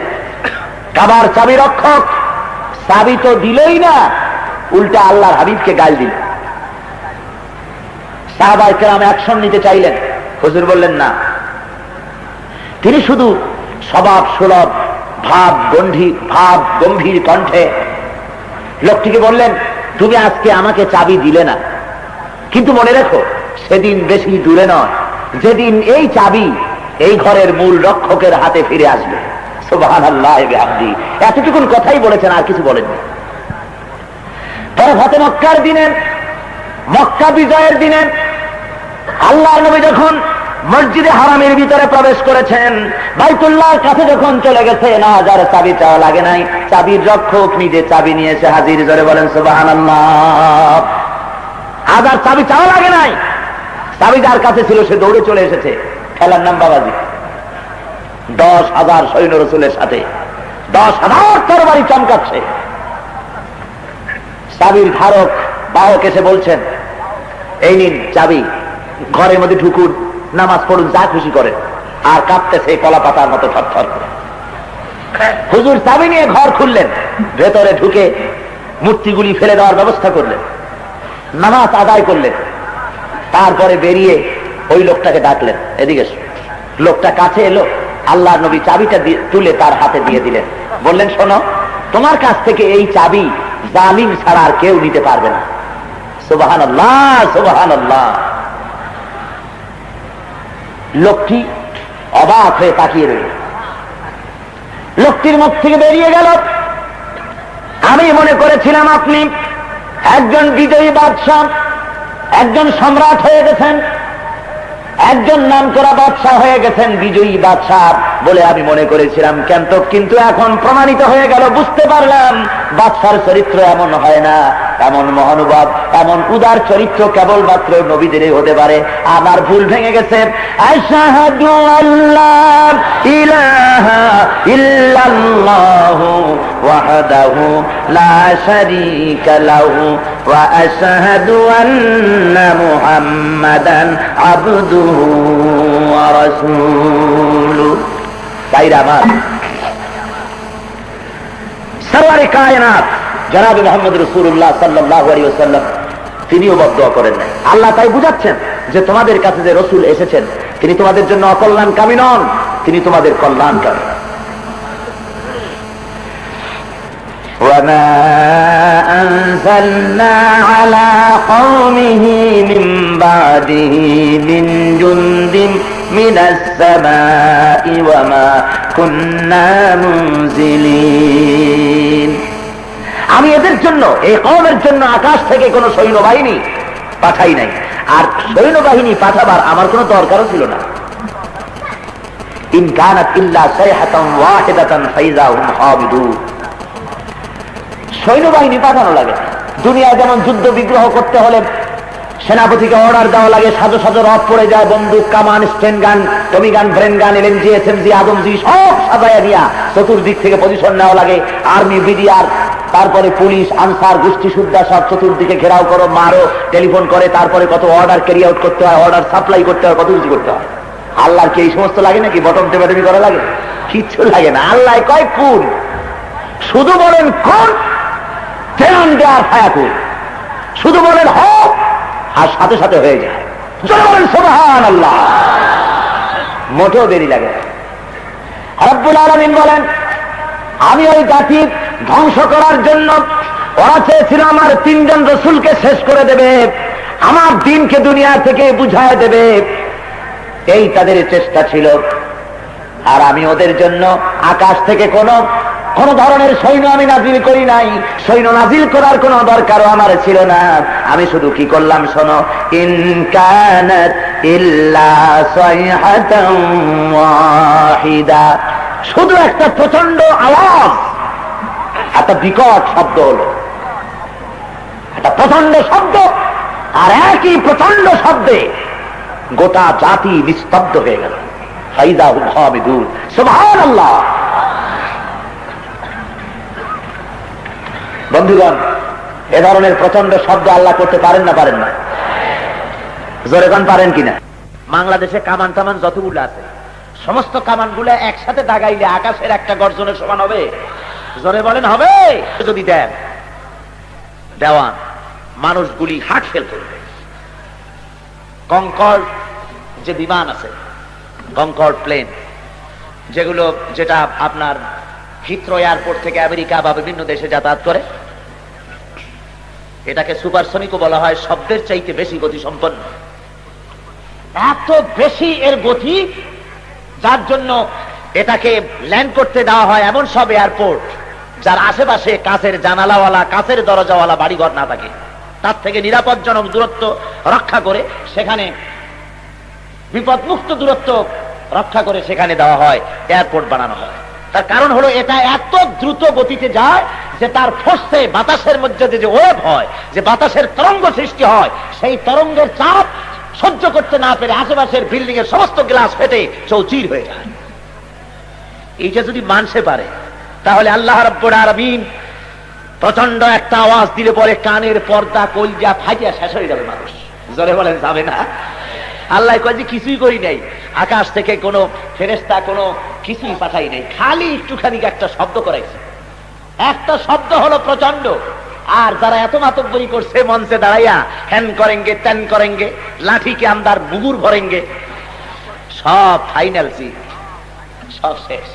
মুসলমান দেখেন না, এখনো লোকেরা লাফায় কথা, মোসে তাও দিয়া তারপরে সিনাটারে চওড়া করে রাস্তার উপর দিয়ে যায়, কয় যে আমাদের দাবি মানতে হবে, নইলে ঠ্যাং ভাঙ্গা দেব। কত জোরে মিছিল, কত কিছু করে। সরকার অনুমোদিত অস্ত্রপাতি বাড়িতে রেখে মানুষ মারার ব্যবস্থা করে, ত্রাস সৃষ্টি করে, কত মাতবাড়ি, কত সর্দারি। ও মিয়া, তোমার মতো দুষ্ট যারা দেশের মানুষের উপরে ত্রাস সৃষ্টি করেছ, মারামারি, কাটাকাটি, ছুরি চালানো, যেখানে সেখানে মানুষের উপর অত্যাচার করো, মানুষ পেলে বেড়ে ফেলে দাও নিজেদের স্বার্থের জন্য, মনে রেখে দিও তোমার মতো দুষ্ট দমন করার জন্য আল্লাহর কোন বন্দুক রাইফেলের দরকার নেই। আছে জোরে কর, জোরে বলেন আছে। কোন বন্দুক রাইফেল লাগবে না তোমার মতো দুষ্ট দমনের জন্য। 2 বার পাতলা দাস্ত আর 1 বার বমি যথেষ্ট। পাইকারি দরের 2 বার পাতলা দাস্ত যদি হয়ে যায় আর 1 বার বমি, সাহেবরা তো খুঁজেই পাওয়া যাবে না, চোখ গর্তের মধ্যে ঢুকে যাবে, স্যালাইন দিয়েও পুলব। মাতবাড়ি করো কি দিয়া? কিসের মাতবাড়ি? ভাইরা আমার, আমার আল্লাহ রাব্বুল আলামিন বলছেন, এই শব্দটিতে সূক্ষ্ম একটি বিদ্রুপ আল্লাহ দেখালেন, করলেন, যে তোমরা খুব মাতবাড়ি করলে কিন্তু একটা শব্দ সহ্য করতে পারলে না। তোমরা চাও আমার দিন দুনিয়া থেকে মিটাই দিতে। ইউরিদুনা লিয়ুতফিউ নূরাল্লাহি বিআফওয়াহিহিম ওয়াল্লাহু মুতিম্মু নূরিহি ওয়ালাউ কারিহাল কাফিরুন। ওরা চায় মুখের ফু দিয়া আমার আলোকে নির্বাপিত করে দেবে, আমার দিন দুনিয়া থেকে বুঝায় দেবে, আমার ইসলামকে দুনিয়া থেকে মিটায় দেবে। রব্বুল আলামিন বলেন, আমার দিন দুনিয়ার বুকে, আমার নূর, আমার দিনকে, আমার কোরআনকে, আমার ইসলামকে পূর্ণতা দান করব, তাতে কাফির বেঈমানদের মনের মধ্যে যত জ্বালা যন্ত্রণা হোক না কেন, ওদের কলিজা যত পুরুক, ইসলাম কামিয়াব হবে ইনশাআল্লাহ। আল্লাহ করবে, জোরে বলেন আলহামদুলিল্লাহ। চট্টগ্রামের তাফসীরের মাহফিল যখন ঘনায় আসে, আমি তো খবর রাখি, কত লিফলেট ছাড়ে বন্ধুরা, কত জায়গায় বক্তব্য রাখে, কত কিছু করে, কত যন্ত্রণা। এই মাহফিল, আল্লাহ বৃষ্টি যেন হয়, যেন মাহফিলটা হইতে না পারে, তখন আবার আল্লাহরেও ডাকে যাতে এটা না হয়। কত রকমের চেষ্টা করে, দেখেন না, চোরেও কিন্তু আল্লাহরে ডাকে চুরি করতে, যে আল্লাহ যেন ধরা না পড়ি। এরাও আল্লাহর কাছে কত কিছু মানত করে, তারপরে বিভিন্ন জায়গায় কত সভা সমিতি করিয়া ঠেকাবার চেষ্টা করে, কিন্তু আল্লাহ কয় ঠেকাইতে পারবি না, ঠেকাইতে পারবি না। আবু জেহেল চেয়েছিল মক্কায় নবীর কণ্ঠকে স্তব্ধ করে দেবে, আল্লাহু আকবার ধ্বনি বন্ধ করে দেবে, কিন্তু আবু জেহেলের বাপেও পারছে। জোরে বলেন পেরেছে? আবু জেহেলের গোষ্ঠী সাপ, ওর বংশে বাতি দিতেও কেউ নাই, আর এমন কোন সিনায় জুরাত কারো নাই যে দাঁড়িয়ে সমাজে বলবে আবু জাহেলের গোষ্ঠীর মানুষ আমি। বলতে পারবে? লোকেরা তো তখনই ধরবে যে আবু জাহেল তো পাই নাই, তোরে পাইছি। এ সাহসও কারো নাই যে আমি আবু জাহেলের গোষ্ঠীর মানুষ। আবু জাহেল মরে গেছে, ও নাই, ওর বাড়িতে, মানে খারাপ কাজ করলে যা হয়, ওর বাড়িতে হইছে গণ শৌচাগার। গণ শৌচাগার বোঝেন তো? পাবলিক স্যানিটেশন, মানে পায়খানা, সোজা কথা। সারা দুনিয়ার হাজিরা মনের সুখে যা করা। ওর বংশে বাতি দিতে কেউ নাই, আর ইসলামের কথা, নবীর কথা, ওয়ারাফা'না লাকা যিকরাক। সুবহানাল্লাহ, সুবহানাল্লাহি বিহামদিহি। আমি প্রায় বলে থাকি, আমি যখন স্কটল্যান্ডে গিয়েছিলাম প্রোগ্রাম করতে, সান্ডারল্যান্ড একটা জায়গার নাম, এটা হলো নর্থ সির পারে, উত্তর সাগরের পারে বক্তৃতা করতেছি। সেখানে মুসলমান, ইহুদি, খ্রিস্টান, বাংলাদেশি, আরাবিয়ান, পাকিস্তানি, নানান দেশের লোকেরা বসে আছে। আজানে রক্ত হলো আর মাইকে আজান ঘোষিত হলো, আশহাদু আন্না মুহাম্মাদার রাসূলুল্লাহ। সবাই পড়েন, আশহাদু আন্না মুহাম্মাদার রাসূলুল্লাহ। আযান যখন হতে লাগলো, আযানের আওয়াজ, এক তিন দিকে রয়েছে পাহাড় পর্বত, দালান কোঠা রয়েছে, আর একদিকে রয়েছে সমুদ্র। পাহাড়ে পর্বতে সাদায়ে বাজে গাছ, ধ্বনিত প্রতিধ্বনিত, রণিত অনুরণিত হয়ে ইথারের অক্সিজেনে বাতাসের বুক ছেড়ে এ আজানের আওয়াজ ছড়িয়ে পড়লো মহাসাগরের উপর দিয়ে, সব দিকে যেতে লাগলো। আমার মনে পড়ে গেল আবু জেহেলের কথা। মক্কায় বন্ধ করে দিতে চেয়েছিল আওয়াজ, আর ওই আওয়াজ আল্লাহ রাব্বুল আলামিন পাশ্চাত্যে নিয়ে গেছেন, আমেরিকায়, ইউরোপে, আফ্রিকায়, সাউথ আফ্রিকায়, ল্যাটিন আমেরিকায়, অস্ট্রেলিয়ায়, এশিয়ায়, দুনিয়ার সব জায়গায় চলে গেছে। মনে পড়ল বিশ্বকবি, কবি সম্রাট আল্লামা ইকবাল রহমতুল্লাহ আলাইহির কথা, মগরিব কি ওয়াদিউ মে গूंजी আযা हमारी कम था न था किसी से सैले रवा हमारा। প্রাচ্য এবং প্রতীচ্যে, পাহাড়ে পর্বতে, সমুদ্রে মহাসমুদ্রে ধ্বনিত প্রতিধ্বনিত হবে আমার আযান। কে ঠেকাবি? ইসলামের এই গণজোয়ার ঠেকাতে পারবি না। বরং যারা এই গণজোয়ারের সামনে প্রতিবন্ধকতার সৃষ্টি করছো, ফিরে আসো, জোয়ারে সামিল হও, জোয়ারে সামিল হও। এখনো জামাতে আছে স্থান। খেলায় খেলায় কি জানি ঘুমিয়ে কাজা করেছে ফজর, তখনও জাগুনি যখনও জোহর। খেলায় খেলায় কেটেছে আসর, মাগরিবের ওই শুনি আযান। জামাতে সামিল হও রে সাথে, এখনো জামাতে কথা কন না কেন, আছে স্থান। জামাতে এখন স্থান আছে, সামিল হয়ে যাও ইসলামের গণজোয়ারে। যদি সামিল না হও আর যদি দুঃসাহস করো, প্রতিবন্ধকতার করতে যদি চাও, তাহলে মনে রেখে দিও, ইসলামের এই পৃথিবী জোড়া, বিশ্ব জোড়া গণজোয়ারের সামনে সব শুষ্ক তৃণের মতো বাতাসের বেগে উড়ে নিশ্চিহ্ন হয়ে যাবে তোমরা।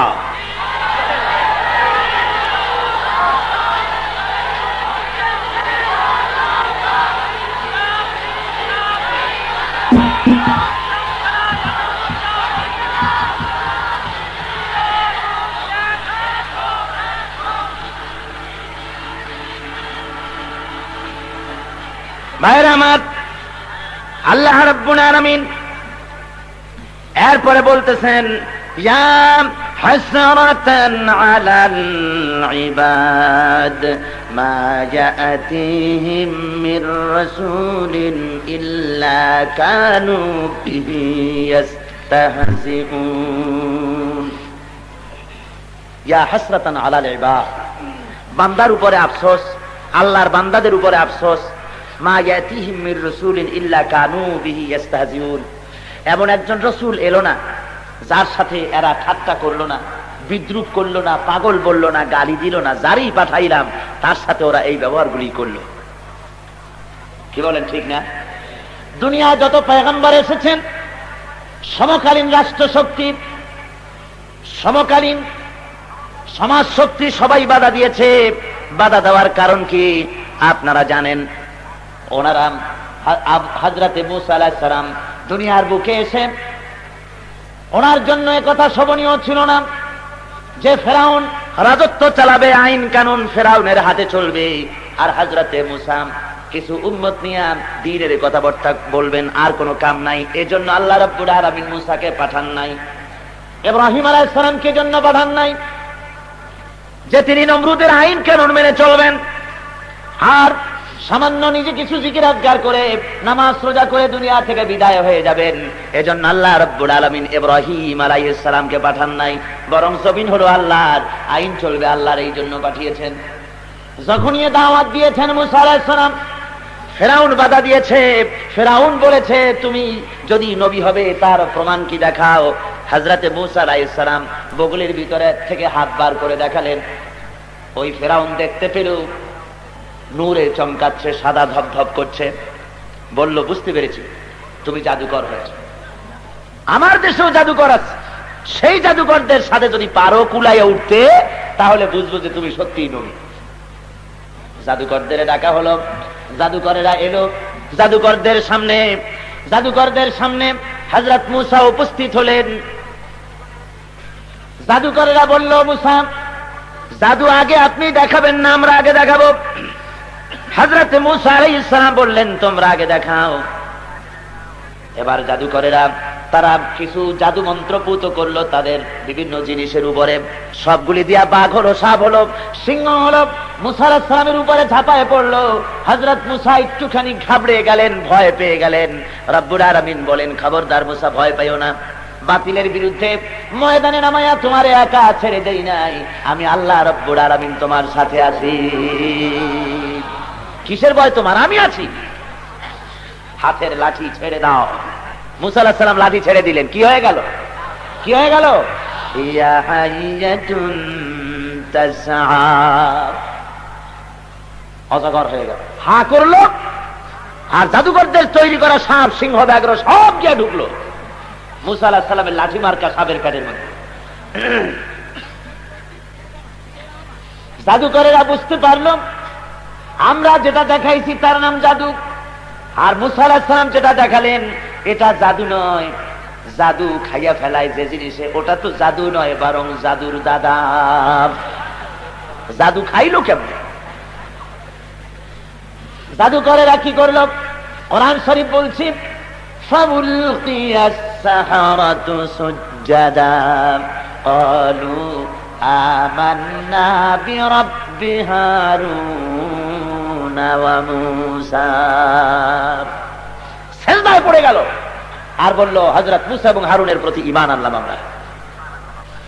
আমিয়া একটি কথা এখানে আছে, সিজদায় কিন্তু পড়ে যায়নি, ফাউলকিয়া, সিজদায় ফেলে দেওয়া হয়েছে। কে ফেললেন? সিজদায় ওরা পড়ে নাই, সিজদায় পড়ানো হয়েছে। কে পড়াইছে? জোরে কোন কে? আল্লাহ। কেন? এত মানুষ সেখানে আছে, তা থুইয়া জাদুকরদের সিজদায় ফেলাই দিলেন কেন? তার কারণ হলো এই, তাফসীরের ভিতরে এসেছে, ওই যে জাদুকরের আল্লাহর উলুল আযম পয়গম্বর হযরতে মুসা আলাইহিস সালামের প্রতি যে আদবটুকুন প্রদর্শন করেছে, হযরতে মুসাকে যে বলেছে, হে মুসা, জাদু আপনি আগে দেখাবেন না, আমরা আগে দেখাবো। নবীর প্রতি এই যে আদব করলো, এই আদব করার কারণে আল্লাহ রাব্বুল আলামিন ওদেরকে ঈমান আনার দৌলত দান করলেন। আদব বড় সাংঘাতিক জিনিস, জোরে কোন সুবহানাল্লাহ। বড় মূল্যবান জিনিস। আদবে আল্লাহ খুশি হয়ে যায়, আদবে হায়াত দারাজ হয়ে যায়। এই আদবের ট্রেনিং কোথায় পাবে? লেনিন বাবাজি শিখাইবো আদব? শিখাইবো? কার্ল মার্কস শিখাবে? ওরা তো শিক্ষক না, গোটা দুনিয়ার শিক্ষক হলেন জনাব মুহাম্মদ রাসূলুল্লাহ, যারা বলেন সাল্লাল্লাহু আলাইহি ওয়াসাল্লাম। আদবের ট্রেনিং তিনি দিয়েছেন। হযরতে যায়েদ বিন সাবিত আল আনসারী রাদিয়াল্লাহু তাআলা আনহু, জবরদস্ত জলিলুল কদর সাহাবী, সৈয়দ আলিম, কৃতদাস, কালো কুৎসিত মানুষ, খুব বড় আলিম। ঘোড়ার পৃষ্ঠের উপরে সওয়ার হয়ে কোথাও যাচ্ছেন, তৈরি হয়েছে, ঘোড়ার পিঠের উপরে চড়ে পাটা পাদানি, যেটাকে রেকাব বলা হয়, রেকাবের মধ্যে পা ঢুকাবার চেষ্টা করতেছেন, কিন্তু যতবার পা ঢুকাবার চেষ্টা করেন লোহাটা সরে যায়, পাটা ঢোকে না। এমন সময় উনি অনুভব করলেন কে যেন পাখানা ধরে লোহার জিনজিরের ভিতরে ঢুকাই দিলেন। উনি নিচে তাকালেন, তাকিয়ে দেখেন যিনি পা ধরে ঢুকাই দিলেন তিনি হলেন রাইসুল মুফাসসিরিন হযরতে ইবনে আব্বাস রাদিয়াল্লাহু তাআলা আনহু। সুবহানাল্লাহ ওয়া বিহামদিহি। রাসূলের চাচাতো ভাই, তিনি কৃতদাস, কালো কুৎসিত হযরত যায়েদের পাখানা ধরে লোহার রিকাবের মধ্যে ঢুকিয়ে দিলেন। হযরতে যায়েদ শিউরে উঠলেন, বললেন, লা তাফাল ইয়া ইবনে আম্মা রাসূলিল্লাহ সাল্লাল্লাহু আলাইহি ওয়াসাল্লাম, হে রাসূলের চাচাতো ভাই, খবরদার এই কাজ আপনি করবেন না, আমার পায়ে আপনি কিছু দিয়ে হাত দিবেন না। হযরতে ইবনে আব্বাস রাদিয়াল্লাহু তাআলা আনহু বলছেন, হাকাযা উমিরনা আন নাফআলা বিউলামাইনা, আমরা আদিষ্ট হয়েছি রাসূলের কাছ থেকে আমাদের উলামাদের এভাবে সম্মান দেওয়ার জন্য, মর্যাদা দেওয়ার জন্য, আমাদের উলামা, আমাদের বুজুর্গদের প্রতি সম্মান দেওয়ার জন্য রাসূলের কাছ থেকে আমরা আদিষ্ট হয়েছি। সুবহানাল্লাহ। হযরতে যায়েদ রাদিয়াল্লাহু তাআলা আনহু বলছেন, আরিনি ইয়াদাক, ও ইবনে আব্বাস, দেখি তোমার হাতখানা, কোন হাত দিয়ে তুমি আমার পায়ে হাত দিয়েছিলে, দেখি সে হাতখানা। হযরত ইবনে আব্বাস রাদিয়াল্লাহু তাআলা হাতখানা উঁচু করলেন, ফাকাব্বালাহা যায়েদ। হযরত যায়েদ রাদিয়াল্লাহু তাআলা আনহু হাতের উপরে চুমা খাইলেন, হাতখানার উপরে চুমা খাইলেন, আর বললেন, হাকাযা উমিরনা নাফআলা বিকরাবাতি রাসূলিল্লাহ সাল্লাল্লাহু আলাইহি ওয়াসাল্লাম, এইভাবে করে আমাদেরকেও আদেশ করা হয়েছে রাসূলের আওলাদদের প্রতি মর্যাদা দেওয়ার জন্য। জোরে বলেন সুবহানাল্লাহ। সম্মান, আদব, মর্যাদা শিখিয়েছে ইসলাম, আর কেউ শিখায় নাই। জোরে কারণ সুবহানাল্লাহ। আদবের কারণে আল্লাহ রাব্বুল আলামিন এই জাদুকরগুলিকে ঈমান আনার দৌলত দান করলেন। ওরা সিজদায় পড়ে গেল। এরপরে ফেরাউন অর্ডার করে দিল, আমার উপর ঈমান না এনে মুসার খোদার পর ঈমান এনেছি, সুতরাং এদের হাত কাটো, ডান হাত কাটো, বাম পাও কাটো, আবার বাম হাত কাটো, ডান পাও কাটো, মিন খিলাফ, একটা উল্টা আর একটা কাটো। এরপরেও যদি ঈমান না আনে গলা কেটে দাও, ছুঁড়ে চড়াও, হত্যা করো। যখন হাত পা কাটা শুরু হয়ে গেল, তখন ওই জাদুকরগুলি, নতুন মুসলমানগুলি, এখন আর জাদুকর নয় তারা, এখন তারা নতুন মুসলমান। এই মুসলমানগুলি তখন বলতেছেন, উক্তুলুনি উক্তুলুনি ইয়া সিকাত, ইন্না ফি কাতলি হায়াতান ফি হায়াত। হে নির্ভরযোগ্য হত্যাকারী, তাড়াতাড়ি আমাদের হত্যা করো। যেহেতু তোমরা যে আমাদেরকে হত্যা করতেছো, আমরা মরে যাব না, এই জীবনের পরিবর্তে আর একটা নতুন জীবন পাবো। সেই জীবনে তাড়াতাড়ি হত্যা করো, তাহলে সেই নতুন জীবনে আল্লাহর সাথে দিদার নসিব হয়ে যাবে। তাফসীরের মধ্যে এসেছে, ঈমান আনার দৌলত আল্লাহ দান করলেন, তারপর আবার হাত কাটার ব্যবস্থা করলেন কেন? ঈমান তো আনলেন, তারপর আবার হাত কাটা হলো কেন? এটা ছাড়াই তো আল্লাহ নিতে পারতেন। হাত কাটার ব্যবস্থা এই জন্য হলো, তাফসীরের ভিতরে জবাব এসেছে এই প্রশ্নের। নবীর প্রতি আদব করেছে বলে আল্লাহ রাব্বুল আলামিন ঈমান আনার দৌলত দান করেছেন, কিন্তু প্রকৃত নবীর সামনে, মুজিজার সামনে জাদু দেখানোর মতো বেয়াদবি যে হাত দিয়ে করা হয়েছে, ওই হাত শুদ্ধ আল্লাহ রাব্বুল আলামিন জান্নাতে দিতে চান না। বেয়াদবি করেছো যে হাত দিয়া, ও হাত রেখে আসো, আমার কাছে এলে পরে জান্নাতে হাত দিয়া বেহেশত দেবো। সুবহানাল্লাহ। আমার নবীর সামনে বেয়াদবি করেছে। ভাইরা আমার, এভাবে করে অত্যাচার করেছে ওরা। হযরত মুসা আলাইহিস সালামের উপর অত্যাচার করেছে, তারপরে ঘেরাও করেছে। মুসা আলাইহিস সালাম 3 দিক থেকে ঘেরাও হয়ে গেছে। এবার সমুদ্রে এখন আর পালানোর পথ নাই। আল্লাহ কয়, আঘাত করো দরিয়ার উপরে। আঘাত করলেন, রাস্তা হয়ে গেল। মুসা আলাইহিস সালাম পার হয়ে গেলেন। আর ফেরাউন এলো তার দলবল নিয়ে, আর আসে রাস্তা দেখে মনে করছে ওর বাপে বুঝি এই রাস্তা বানাইছে, ওর দলবল নিয়ে ওর মধ্যে নেমেছে। আর যখন মাঝখানে এসেছে, আল্লাহ বললেন দরিয়াকে রাস্তা বন্ধ করে দিতে। রাস্তা বন্ধ হয়ে গেছে। এখন যা শুরু হয়েছে তা তো বোঝে, খালি চুবনি, পানি খাইতে খাইতে অস্থির হয়ে গেছে। পানি খেতে খেতে অস্থির হয়ে ফেরাউন এবার বলতেছি, আমানতু আন্নাহু লা ইলাহা ইল্লাল্লাযী আমানাত বিহি বানু ইসরাঈল। আমি ঈমান আনলাম, আমি ঈমান আনলাম সেই আল্লাহর উপরে, যার উপরে বনী ইসরাঈল ঈমান আনছে। ওয়া আনা মিনাল মুসলিমিন, আর আমি তো একজন মুসলমান। আল্লাহ আমারে এখন আর চুবাও কেন? আমি তো মুসলমান হয়ে গেছি। আল্লাহ কয় যে এখন আর তুমি এতদিন ধরে আমার মানুষের উপরে নিজের রাজত্ব চালিয়েছো, এখন কোথায় যাবা? ভাইরা আমার, এমনি করে যখনই কোন পয়গম্বর দুনিয়া এসেছেন, আল্লাহ বলেন প্রতিটি পয়গম্বরের সঙ্গে এরা বিরোধিতা করেছে, তারপরে আমিও তাদের ইন্তেকাম নিয়েছি। ওরা বিরোধিতা করেছে আল্লাহ মুসা আলাইহিস সালামের সঙ্গে, হযরত ইব্রাহিম আলাইহিস সালামের সঙ্গে, এমনি করে প্রতিটি পয়গম্বরের সঙ্গে তারা বেয়াদবি করেছে। কাউকে করাত দিয়ে চিরেছে, কাউকে জবাহ করেছে, কাউকে টুকরা টুকরা করেছে, কাউকে বা লোহার চিরুনি বানায়া গায়ের গোশতগুলি হাড়ের উপর দিয়ে নামায়া দিয়েছে। আল্লাহ রাব্বুল আলামিন বলেন, ও দুনিয়ার মানুষেরা, দ্বীনের সাথে যারা শত্রুতা করো, আমার নবীদের সঙ্গে যারা বেয়াদবি করো, যারা দ্বীনের সাথে বিরোধিতা করো, শুনে নাও, আলাম ইয়ারাউ কাম আহলাকনা ক্বাবলাহুম মিনাল কুরুনি আন্নাহুম ইলাইহিম লা ইয়ারজিউন। তারা কি দেখে নাই তাদের পূর্বে কত জাতিকেই না আমি ধ্বংস করে দিয়েছি? দেখে নাই তারা কত জাতি ধ্বংস করেছি, আর তারা তাদের কাছে ফিরে আসে নাই।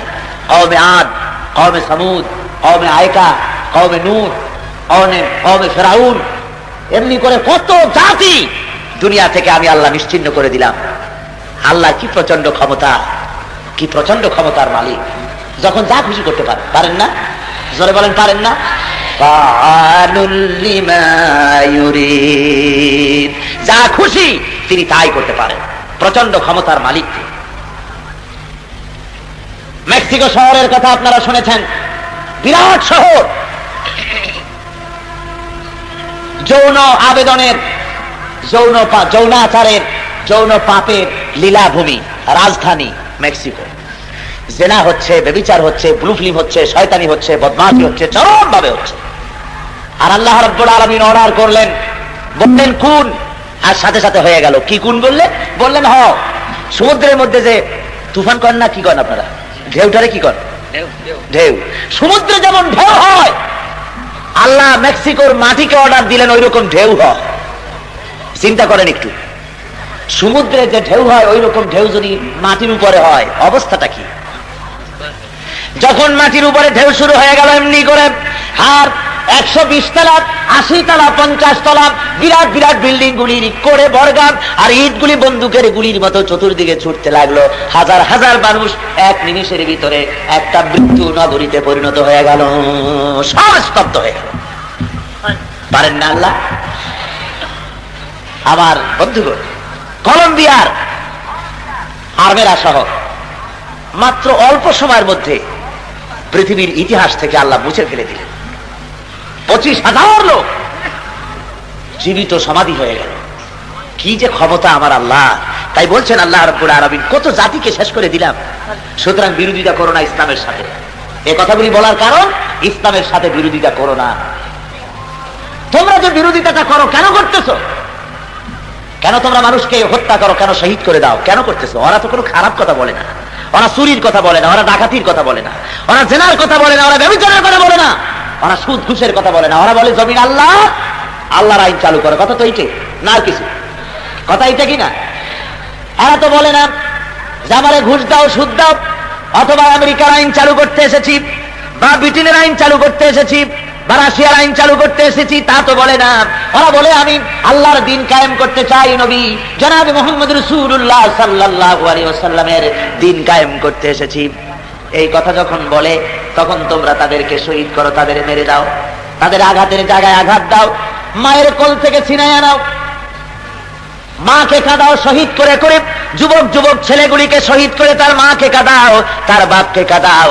শুনে রাখো, এইভাবে করে প্রকাশ্য যারা শহীদ করলে, যারা মেরে দিলে, মনে রেখে দিও, আল্লাহ রাব্বুল আলামিন আছে। তুমি যদি কারো মা, কারো কলিজার টুকরা সন্তান শহীদ করে দিয়ে যদি তার মাকে কাঁদায় থাকো, আল্লাহ রাব্বুল আলামিন তোমাকেও দুনিয়া থেকে জনমের মতো বিদায় করে দিয়ে তোমার মাকে, তোমার বাপকেও কাঁদাবেন। আল্লাহর বিচার আছে, আছে না? জোরে বলেন আছে কিনা? লিখে রাখো, বাড়ি যায় আর ডায়েরিতে লিখে রাখো। যদি কোনো মৃত্যু, কোনো মানুষকে হত্যা করার পরামর্শে তুমি থাকো, হত্যা করার সক্রিয় অংশগ্রহণ করে থাকো, ডায়েরিতে লিখে রাখো আমার এই কথাটি আজকের রাত্রে অবশ্যই উঠে একটু মরো। তুমি যেভাবে মারছো, কেসি দিয়া, ছুরি দিয়ে, ড্যাগার দিয়ে, খোসায় খোসায় যেভাবে মেরেছো, এর চাইতে জঘন্য নৃশংস ভাবে আল্লাহ তোমাকে মারবেন। তৈরি থাকো। প্রমাণ, কারো দিকে একটা আঙ্গুল এভাবে যদি দেখান, হাত মুট করে কারো দিকে একটা আঙ্গুল দেখালে নিজের দিকে ফিরে থাকে কয়টা? 3টা ফিরে থাকে। দেখেন, এভাবে যদি করতে চান, তার অর্থ আপনার হাত বলে দিচ্ছে অপরের মারিস যদি 1 খোসা, তুই খাবি 3 খোসা। আমরা দেখছি, দেখে কথা বলি, পড়াশোনা করে কথা বলি। যারা মানুষের মায়ের বুকের সন্তান, এদেশের মানুষকে যারা মারলো, কত মানুষে মারলো, একটা গুলি দিয়ে শেষ করেছে, আল্লাহ তার বুকটাকে হাজারো গুলি দিয়ে ঝাঁঝরা করে দিয়েছেন। দেন নাই? জোরে বলেন দিয়েছেন কিনা? দিয়েছেন। সুতরাং একটা দুইটা মানুষ মারিয়া, একটা দুইটা ছাত্র মেরে, একটা দুইটা শিক্ষক মেরে তোমরা ইসলামী আন্দোলন বন্ধ করতে পারবে না।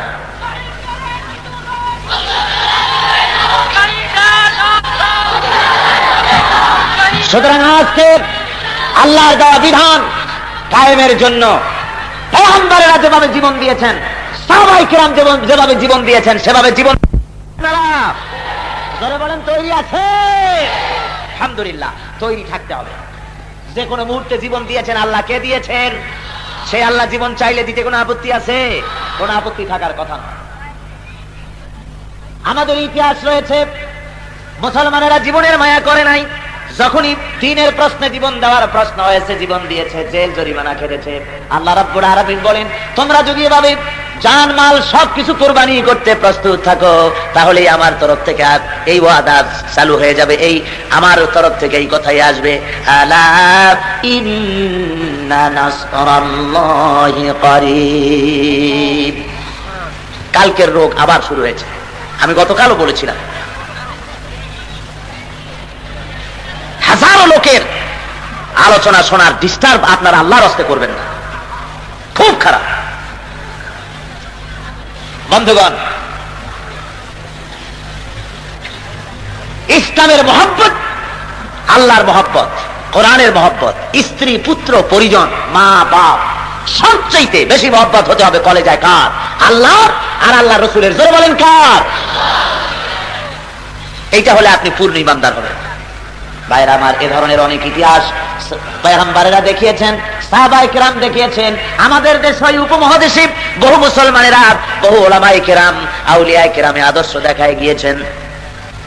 ব্রিটিশ শাসনের বিরোধিতা করে এই জমিনে দ্বীন প্রতিষ্ঠার লক্ষ্যে যখন ওলামারা আন্দোলন শুরু করেছিলেন, তার ভেতরে ছিলেন হযরতে জাফর থানেশ্বরী রাহমাতুল্লাহ আলাইহি।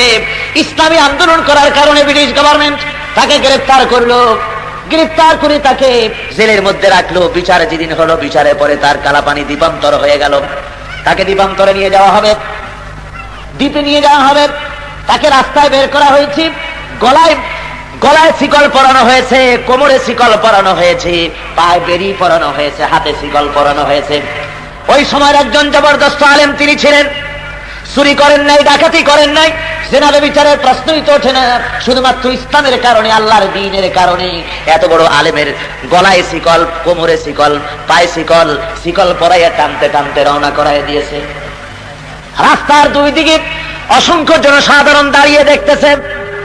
মাওলানা জাফর থানেশ্বরী তিনি সুন্দর করে হেঁটে যাচ্ছেন, মুখের ভিতরে কোনো ভাব, কোনো চিন্তার লেশ মাত্র নাই।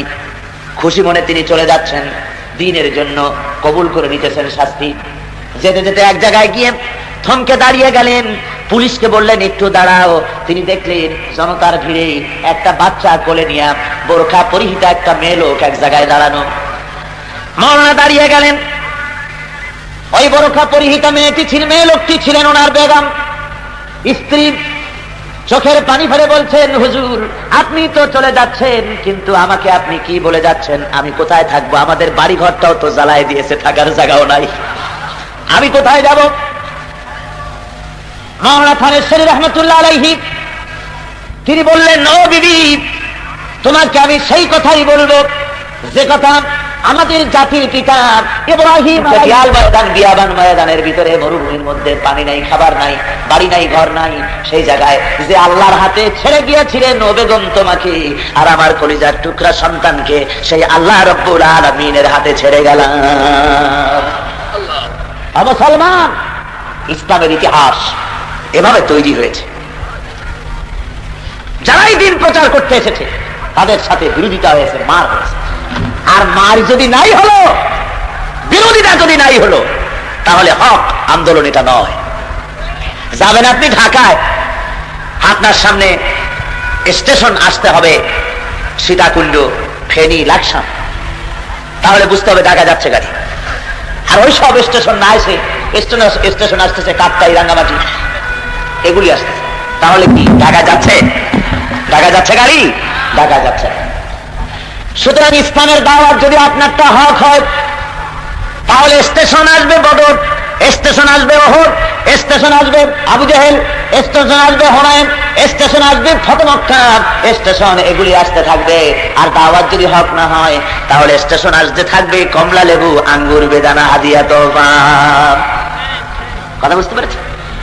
সুতরাং দাওয়াতে হক মানুষের সামনে যখনই পেশ হয়েছে, তখনই এই অবস্থা জনগণেরা করেছে। ভাইরা আমার, আল্লাহ রাব্বুল আলামিন এরপরে বলছেন, ওয়া ইন কুল্লুন লাম্মা জামিউন লাদাইনা মুহদারুন, আর তাদের সকলকেই একদিন আমার সামনে উপস্থিত করা হবে। আমার সামনে সকলকেই আসতে হবে। আমি সব হালাক করে দিয়েছি বহু জাতিকে যারা আমার দ্বীনের সাথে বিরোধিতা করেছে, আর সকলকে আমার সামনে উপস্থিত হতে হবে। وآية لهم الأرض الميتة أحييناها وأخرجنا منها حبا فمنه يأكلون তাদের জন্য তাদের নিষ্প্রাণ জমিন একটি নিদর্শন।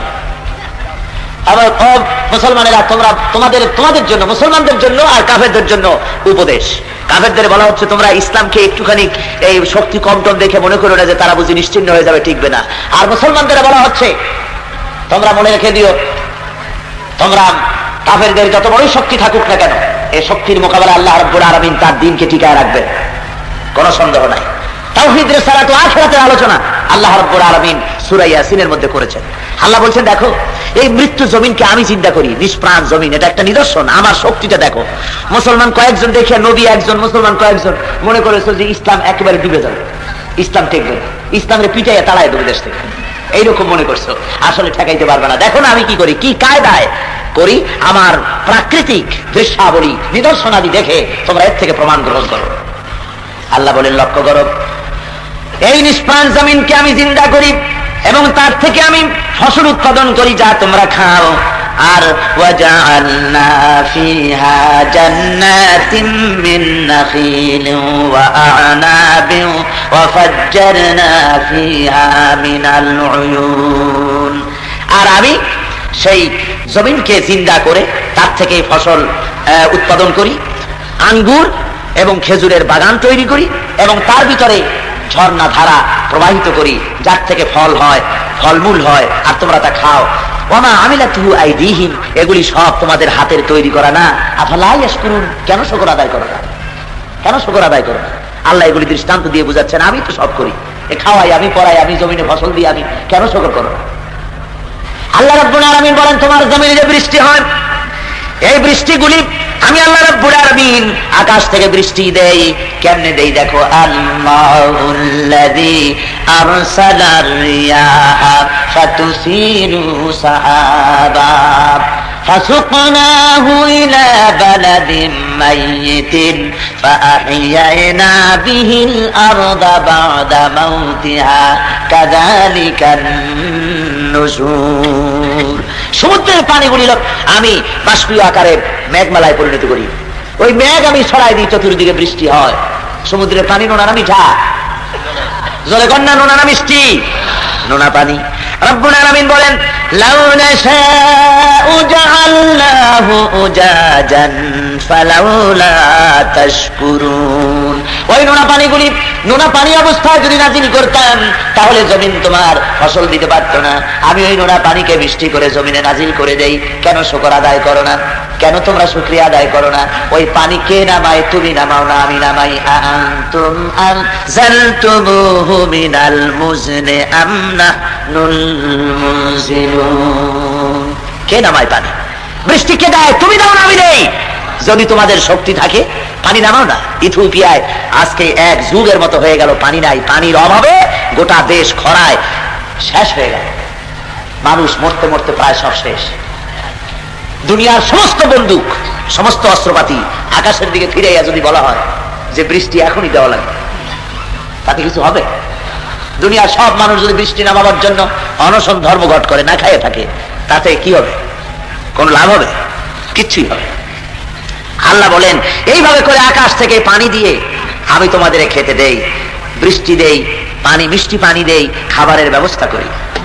রব্বুল আলামিন আবার বলেন ইয়া আইয়ুহান নাসু যকুরু নি'মাতাল্লাহি আলাইকুম হাল মিন খালিকিন গায়রুল্লাহ। হে মানুষ, স্মরণ করো তোমার সেই আল্লাহকে, তিনি ছাড়া কোন সৃষ্টিকর্তা তোমার আছে? ইয়ারযুকুকুম মিনাস সামাই ওয়াল আরদ, যিনি আসমান আর জমিন থেকে তোমাদের খাওয়াইতে পারে। আছে কেউ? জোরে বলেন, কেউ আছে? কেউ নাই। আল্লাহ রাব্বুল আলামিন খাওয়ান। আল্লাহ বুঝাচ্ছেন যে বোঝো ভালো করিয়া, কেন আমার গোলামি করবে না, আমার দাসত্ব কেন করবে না, কি জন্য আমার আইন মানবে না? রাব্বুল আলামিন বলেন এইভাবে করে আমি তোমাদের খানা পিনার বন্দোবস্ত করেছি, তোমাদের সবকিছু আমি দিয়েছি। এরপরে আরো লক্ষ্য করো, আরো নিদর্শন আমি দিতেছি, ওয়ায়াতুল লাহুমুল লাইলু নাসলাহু মিনহুন নাহারা ফাইযা হুম মুজলিমুন। তাদের জন্য রাত একটি নিদর্শন। এই রাতকে আমি দিনকে রাতের উপর থেকে আমি সরায় দেই, ফাইযা হুম মুজলিমুন, তারপরে অন্ধকারে সব ছেয়ে যায়। আর والشمس تجري لمستقر لها ذلك تقدير العزيز العليم। আর সূর্য তার মঞ্জিলের পানে এগিয়ে যাচ্ছে। আরে সবকিছুই মহাপরাক্রমশীল আল্লাহ রাব্বুল আলামিনের এক বিরাট ব্যবস্থাপনার মাধ্যমে সবকিছুই হচ্ছে। আল্লাহ রাব্বুল আলামিন আরো বলেন, ওয়াল কমারা কদ্দারনাহু মানাজিলা হাত্তা আদা কাল উরজুনিল কদিম। আর চন্দ্র তার নির্দিষ্ট কতগুলি মঞ্জিল আছে, সেই মঞ্জিলের উপরে সে আবর্তিত হয় আর শেষ পর্যন্ত শুকনা খেজুরের ডালে পরিণত হয়ে যায়, শুকনা খেজুরের ডালের মতো হয়ে যায়। لا الشمس ينبغي لها أن تدرك القمر ولا الليل سابق النهار وكل في فلك يسبحون। রব্বুল আলামিন বলেন, আমার কুদরত লক্ষ্য করো, আমার কুদরত লক্ষ্য করো। সূর্য পারে না চন্দ্রকে ধরিতে, আর রাত পারে না দিনকে ছাড়াইয়া যেতে, আর যা কিছু আছে মহাশূন্যের উপরে সবকিছু ঘুরে বেড়াতেছে। জোরে বলেন সুবহানাল্লাহ। এ বিরাট পৃথিবীর মধ্যে যা কিছু হচ্ছে সব আমার কুদরত দ্বারাই হচ্ছে। চাঁদের ক্রমহ্রাস এবং ক্রমবর্ধমান, আস্তে করে চাঁদ কমতে থাকে, শুক্ল পক্ষে চাঁদ বাড়তে থাকে, কৃষ্ণ পক্ষে চাঁদ কমতে থাকে। আল্লাহর নবীর কাছে প্রশ্ন করা হয়েছে, নবীজি চাঁদের এই ক্রমবর্ধমান এবং ক্রমহ্রাস অবস্থা কেন? নবী আমার কোনো জবাব দেন না যতক্ষণ পর্যন্ত জিবরাইল না বলেন। হযরতে জিবরাইল এলেন, ওহী নিয়ে বললেন, ওয়ায়াসআলুনাকা আনিল আহিল্লা কুল হিয়া মাওয়াকিতু লিন্নাস। ও নবী, আপনাকে প্রশ্ন করা হয়, আপনাকে প্রশ্ন করা হয় চাঁদের ক্রমবর্ধমান এবং ক্রমহ্রাস সম্পর্কে আপনি বলে দেন। চাঁদ হলো একটি মানুষের জন্য আমি আল্লাহ রাব্বুল আলামিন চাঁদকে একটা চিরস্থায়ী ক্যালেন্ডারের মতো আমি বানাই দিয়েছি। জোরে বলেন সুবহানাল্লাহ। মাস দিন তারা যেন গণনা করতে পারে, এই জন্য আমি চাঁদকে বানিয়ে দিয়েছি তাদের মাথার উপরে একটি ক্যালেন্ডারের মতো। وآية لهم أنا حملنا ذريتهم في الفلك المشحون। আর তাদের জন্য এই নৌকা, ভরা নৌকা, যে নৌকার উপরে তার ভবিষ্যৎ বংশধরদেরকে আমি সওয়ার করিয়ে দিয়েছিলাম, এটাও একটি নিদর্শন। وخلقنا لهم من مثله ما يركبون। এরপরে আমি অনেক নৌকা বানিয়ে দিয়েছি অনুরূপ ভাবে যার উপরে তারা চড়ে বেড়ায়। এটা কি কথা? এটা হলো হযরত নূহ আলাইহিস সালামের নৌকার কথা বলা হচ্ছে। হযরত নূহ আলাইহিস সালাম ইতিহাস প্রমাণ করে হযরত নূহ আলাইহিস সালামের আগে নদী পারাপারের বন্দোবস্ত সম্পর্কে লোকেদের কিছুই জানা ছিল না। সর্বপ্রথম নৌকা আবিষ্কার করেন কে? হযরত নূহ আলাইহিস সালাম। হযরত নূহ আলাইহিস সালাম জাতিকে বললেন যে আল্লাহকে মেনে নাও, আল্লাহ ছাড়া কোনো ইলাহ নাই। ওরা বলল যে তুমি আবার নবী হলা কবে? আমরাই তো সবকিছু। হযরত নূহ আলাইহিস সালাম 950 বছর পর্যন্ত জাতিকে বুঝালেন, জাতি কোন রকম মানল না। তারপরে নূহ আলাইহিস সালাম বদদোয়া করলেন, আয় আল্লাহ, জাতিকে এমন করে বুঝালাম তারা আমার কথা মানল না, সুতরাং রব্বুল আলামিন এই জাতিকে বিদায় করে দাও। এই জাতিকে গজব দিয়া বিদায় করা জাতি, আন্ডা বাচ্চা যদ্দুর যা আছে সব শেষ করে দাও। একটা কাফেরও যেন বাঁচে না। একটা কাফেরও যদি বাঁচে তাহলে তার দ্বারা আরো শয়তান, আরো কাফের বাড়বে, সব শেষ করে দাও। আল্লাহ অর্ডার দিলেন, শেষ হয়ে যাবে ঠিক, একটা নৌকা বানাও। নৌকা বানানো ছাড়াও আল্লাহ ইবাদত করতে পারতেন, কিন্তু নৌকা বানাই আল্লাহ একটু সময় দিলেন। আল্লাহ সময় দিলেন। নূহ আলাইহিস সালাম বললেন, নূহ আলাইহিস সালামকে বলা হলো তুমি বলে দাও বন্যা হবে, প্লাবন হবে, নৌকা বানাতেছি তোমরা দেখো। আল্লাহ বলেন এই হিকমত দিলাম, অবকাশ দিলাম, লোকেরা যদি নৌকা বানানো দেখে যদি বোঝে যে বন্যা সত্যিই হবে, আর যদি ঈমান আনে তাহলে বিগত জীবনের গুনাহ আমি আল্লাহ মাফ করে দিব। ওরা করলো কি? কয় যে নৌকা যখন বানানো হয়েছে এখন এইটাই কাম সারতে হবে। কি করতে হবে? ওরা এসে পায়খানা করা শুরু করে দিল নৌকার মধ্যে।